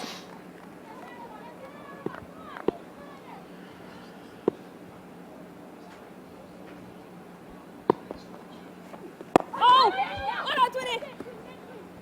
That's a good quick single. Sharp. Well done, Campbell. That throw wasn't a good one from Anisa Mohammed. Campbell had to dive away to her right. And the wicketkeeper in the commentary booth saying, well done, Campbell. Yeah, Anisa Mohammed throwing that one in a bit of anger. She's a bit upset with herself for not disallowing the single, really. And she just threw it back to the keeper. And Campbell did well to keep it in play. 49 for 3. That's a lovely shot. Look at her feet well and stroking it nicely through cover. That should have been 2. But good fielding again out into the deep, attacking the delivery. So 50 for India coming up in over number 15. They're 50 for the loss of 3.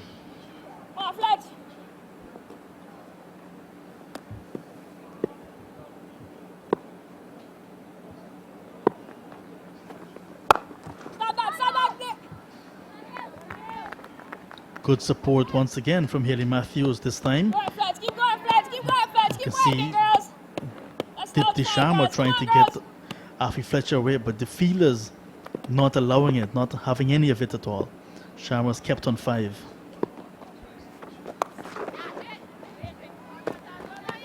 Good work from McLean. The big girl getting down in time. And that's the end of 15 overs. So at the end of it, India 50 for the loss of 3. Yeah, and India 50 for the loss of 3. They've certainly batted fairly well without being exciting, but they've played well.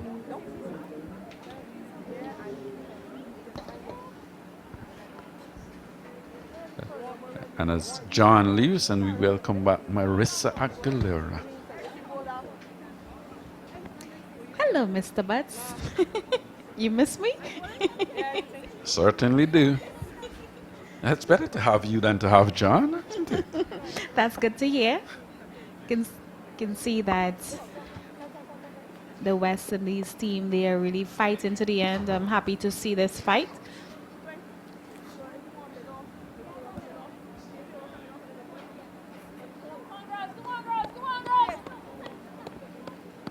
Chinna Henry being given the ball. A little surprised that Grimman hasn't bowled again. She'd only bowled one over. Yes, she went for a 4, but she also had a drop chance and an edge through the slip in that one over. So she created the opportunity but did not take it. Yeah, I think I would have given her another opportunity. I think probably the captain would be thinking about experience. So that's why she brought on the Afi Fletcher and Shakira Selman. So, but Grimman, she bowled well. Just one loose ball and getting hit for 4. Would you say it was a loose delivery or the batsman played a very good shot? Used their feet and played a very good shot. I think she bowled I mean, that's a good question. That's a really good question. But she was not as consistent as she should have been. So that one just was a little offline. And the batter, Jemima, she went down the wicket and really stroked it well, and a well-deserved 4 runs. And as you said, that was the shot of the day. I think so, and I haven't seen another one like that either since. So is it that the pitch has been that difficult to play on, or is it that the bowling has been so good? I think that the pitch is really difficult to play on. It's playing a bit low, taking a lot of spin, but it's all about the batters adapting to the conditions as fast as possible.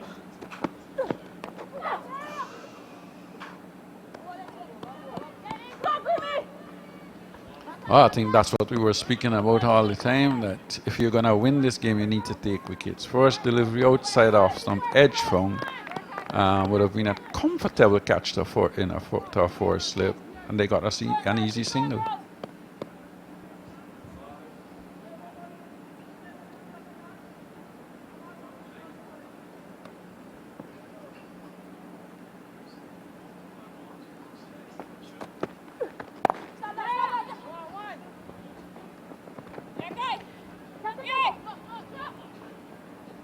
That's good running by the India batters, Jemima and Dipti.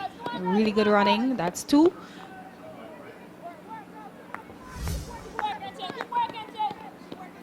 Yeah, that's very good running. That's good cricket. There was a delivery outside off, so she played a lovely looking shot. Didn't try to hit it too hard, and then took off straight away, knowing that she was going to go back for the second run.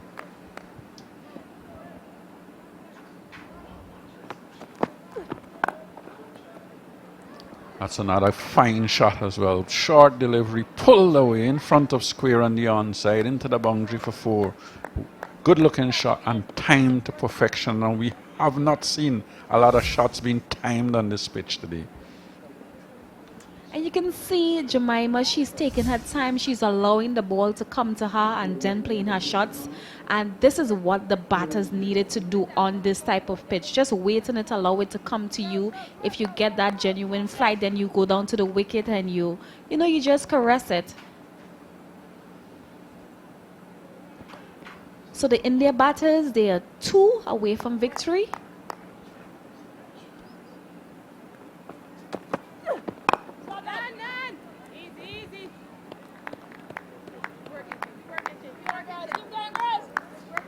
Yeah, and just a little disappointing that Henry was actually brought into the attack. I said it earlier, I thought Grimman should have been back, and she only bowled 1 over. And whether it should have been Henry, Selman has bowled 2. So Selman could have probably stayed on as well, because she didn't bowl badly either.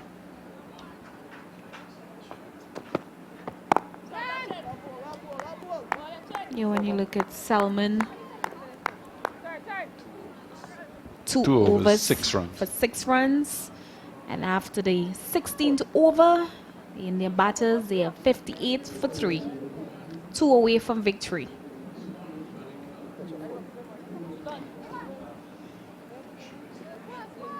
You're looking at the batting card, Jemima not out on 39 off of 49 deliveries. Dipti Sharma with her in the wicket now, 6 from 17 deliveries. Just 2 away from victory. Come on, girls. The bowling has been fairly good. They've bowled well, and especially Matthews, I thought, bowled excellent at the start and got 2 wickets and certainly put a lot of pressure on the Indian batsmen. But nobody else was able to pick up wickets. Stop that, stop that. Well, Shanita Grimman, she's back into the attack.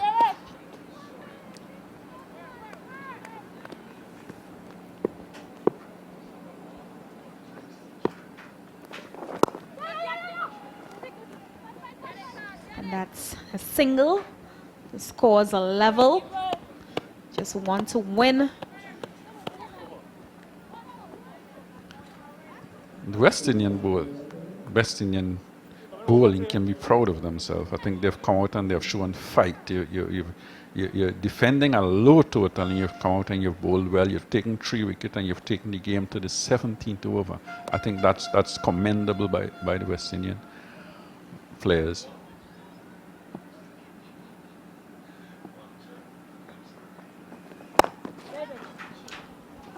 Yes, I totally agree with that. And the batters will be sitting and saying, you know, if probably we did just get like about 100 runs on the board, we might have been able to defend it. Maybe they will, and maybe the Indian batsmen would have approached things differently as well.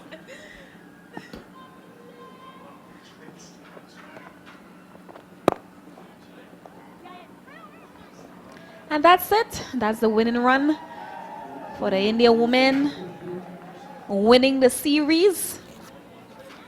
3-0 so far. 3-0 so far, 2 remaining. Congratulations to the India team. They batted well, they bowled well, fielded well. It's a good all-around performance by this team. Yeah, and when you look at the game of itself and you see everybody else struggling except in Rodriguez on this pitch, you must think, well, you know, she is a very good player and she's shown it today, but I'm sure that there are some good players on both sides, and they would be thinking, well, we struggle on this pitch, we look forward to the next game where the pitch might be a little better and we can play our shots. And you see, sometimes you will not be able to get the pitch that you want. So that's what it's all about, being a professional cricketer, being able to adapt to whatever condition that is brought forth to you. So you can see Anisa Mohammed, she looks really disappointed. I know she will be. The shoulder's a bit dropped, but still they need to understand that they have 2 more games remaining in this series, and it's all about making sure that they can still have the series a 3-2, end of the series on a 3-2. I agree with you. I couldn't agree with you more. And we talk about the pitch. I don't think the pitch is a 60 pitch anyhow. I don't think it is. The bowlers bowled pretty well on both sides, but I don't think the pitch actually Yeah, when you look at the batting card here, Jemima standing out, making sure that she took it home for her team, 40 from 51 deliveries, together with Dipti Sharma, not out on 7 from 19 deliveries. Yeah, and Matthews outstanding in the bowling, 4-1-7-2, bowled pretty well on this pitch. Mohammed, 4 for 12, bowled well without getting any wicket, and Fletcher, 1 for 7. So, after 16.4, the India team, they won the match, 60 for 3. Hi, I'm Moin Ashraf from All Rounder Cricket, and today we're going to review the brand new 2019 Jasper SkyDrive 117 cricket shoes. Every cricketer should look for 3 features in a cricket shoe: support, comfort and durability, and the Jasper SkyDrive 117 offer these in abundance. A long-lasting cushion insock conforms to your foot's shape, providing not only the cushioning and comfort you need, but valuable energy return, impact protection and adaptive support. On the market for $59.99, these cricket shoes are a high-level cricket shoe at a fraction of the price.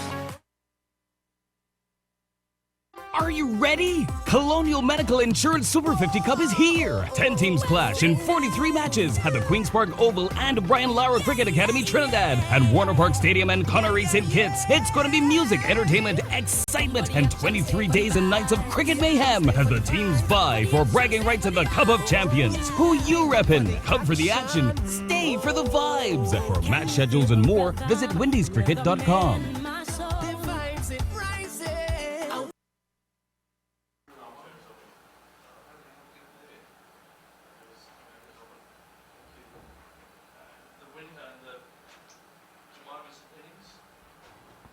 So let's have a look at Jemima Rodriguez innings.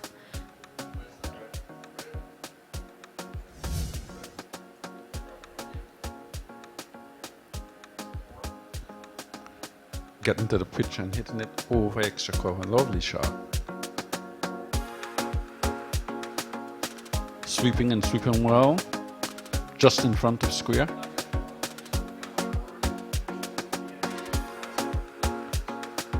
Nice pull behind square.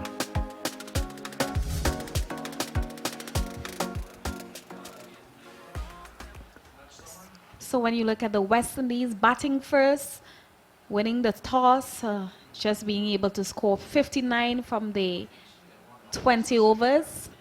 Chanel Henry 11, Shade Nation 11. You look at the bowling and you have Yadav 2 for 6 and Dipti Sharma 2 for 12. The India woman 60 for 3, 16.4 overs. Jemima Rodriguez 14 not outs from 51 deliveries, and Dipti Sharma 7 not outs. Haley Matthews, the pick of the bowler, getting 2 wickets, and Afi Fletcher, she just got 1. India woman winning by 7 wickets.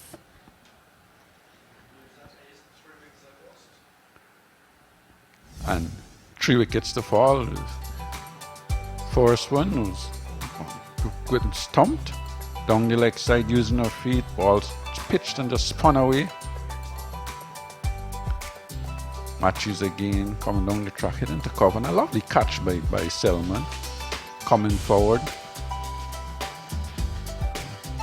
And the last wicket to fall, sweeping out to deep mid wicket, out caught Selman again.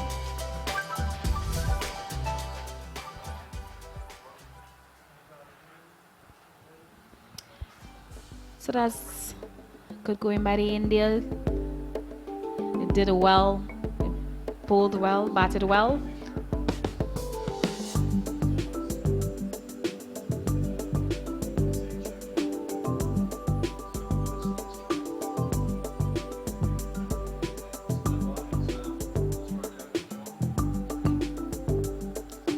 And we head down to John for the presentation. Welcome to the post-match presentation. It's a very simple presentation. And tonight in our presentation party, we have Kavita Yadram, former Guyana player, currently the Territorial Development Officer and Admin Assistant at the Guyana Cricket Board. But first, we call on our losing captain for tonight, Anisa Mohammed. Anisa, series gone. Tough one tonight. Yeah, it was a tough one. I think we fell short by 20, 30 runs. But having said that, I thought that the bowlers bowled really well to take the game down so far and even pick up early wickets. 60 on it, well, 59 for the 9. That's where you lost it. But what went wrong? I think our batters need to just be a little more patient and bat till the end. You can't have bowlers batting majority of the overs. But you said, rightfully, the bowlers really did well to get the game into the 17th over. That must be the positive in this game. Yeah, definitely. We knew that we have a big, strong bowling team. But like I said, 20, 30 more runs and our bowlers will be able to work with that. Well, the series is gone, but you have 2 matches to go. One on Sunday. It's going to be a day game. You must be looking forward to that one as well. Yeah, definitely. I think 3-2 looks better than 5-0. So we definitely looking to win the next 2 matches. All right, but good luck in those games. Thank you. We now call on the captain of India, the winning captain, Harmanpreet Kaur. So congratulations, first of all, on a series victory. How was that game today? Thank you very much. I think it was low-scoring games are always tough games, and I think Jamima batted very well, and our bowler also did well because they risked then on 60. I think it was a good effort by the team. 59 for 9. It was a good bowling effort. How did the pitch play? I think it was pretty slow and turning track, and I think our bowlers bowl very well, and they choose the right area to bowl, and I think later on Jamima also batted well, and other batters spotted her. So now that the series wrapped up, 2 matches to go, what will be the plan going forward? I think still we will look to win both games, and we'll go with the same approach. Like we are trying to give our best in each and every department, and that's what we are trying to do in the next 2 games. And just before you go, it was a little innings from Jemima Rodriguez, but certainly one that you can really look forward to if she can continue to bat that way. Yes, definitely. I think whoever is getting chance, they are performing for the team, and that's what we are looking for each and everyone. And I think it was all over very good team performance, and that's what we are trying to do in the next 2 games. Well, thank you very much. Thank you. And our player of the match, none other than Jemima Rodriguez, 14 not out and taking it home.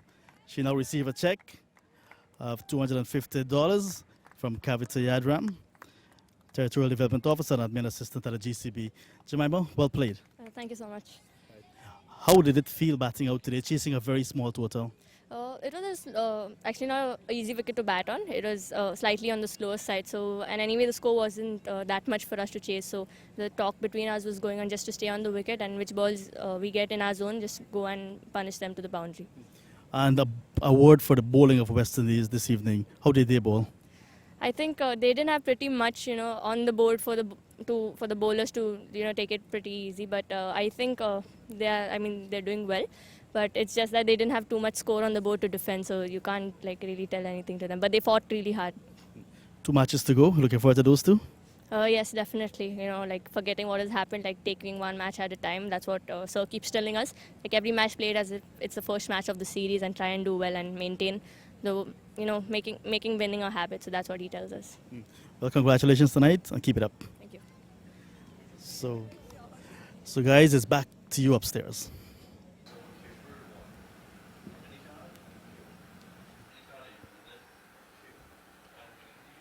Well, a good victory by India. At the end of the day, they will say it was hard work. It was a hard working match. The bowlers set up the victory, and then I think Rodriguez showed that on this pitch, you had to wait on the deliveries to put them away. You had to allow the bowlers to bowl you bad balls and then put them away.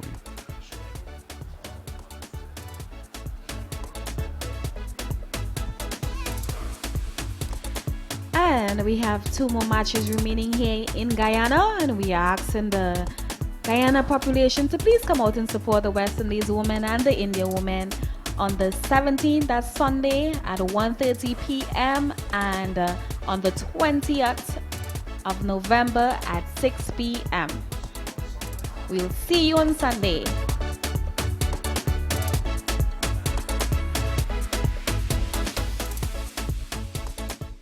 Are you ready? Colonial Medical Insurance Super 50 Cup is here. 10 teams clash in 43 matches at the Queen's Park Oval and Brian Lara Cricket Academy, Trinidad, and Warner Park Stadium and Connery St. Kitts. It's going to be music, entertainment, excitement, and 23 days and nights of cricket mayhem as the teams vie for bragging rights at the Cup of Champions. Who you reppin'? Come for the action. Stay for the vibes. For match schedules and more, visit windiescricket.com.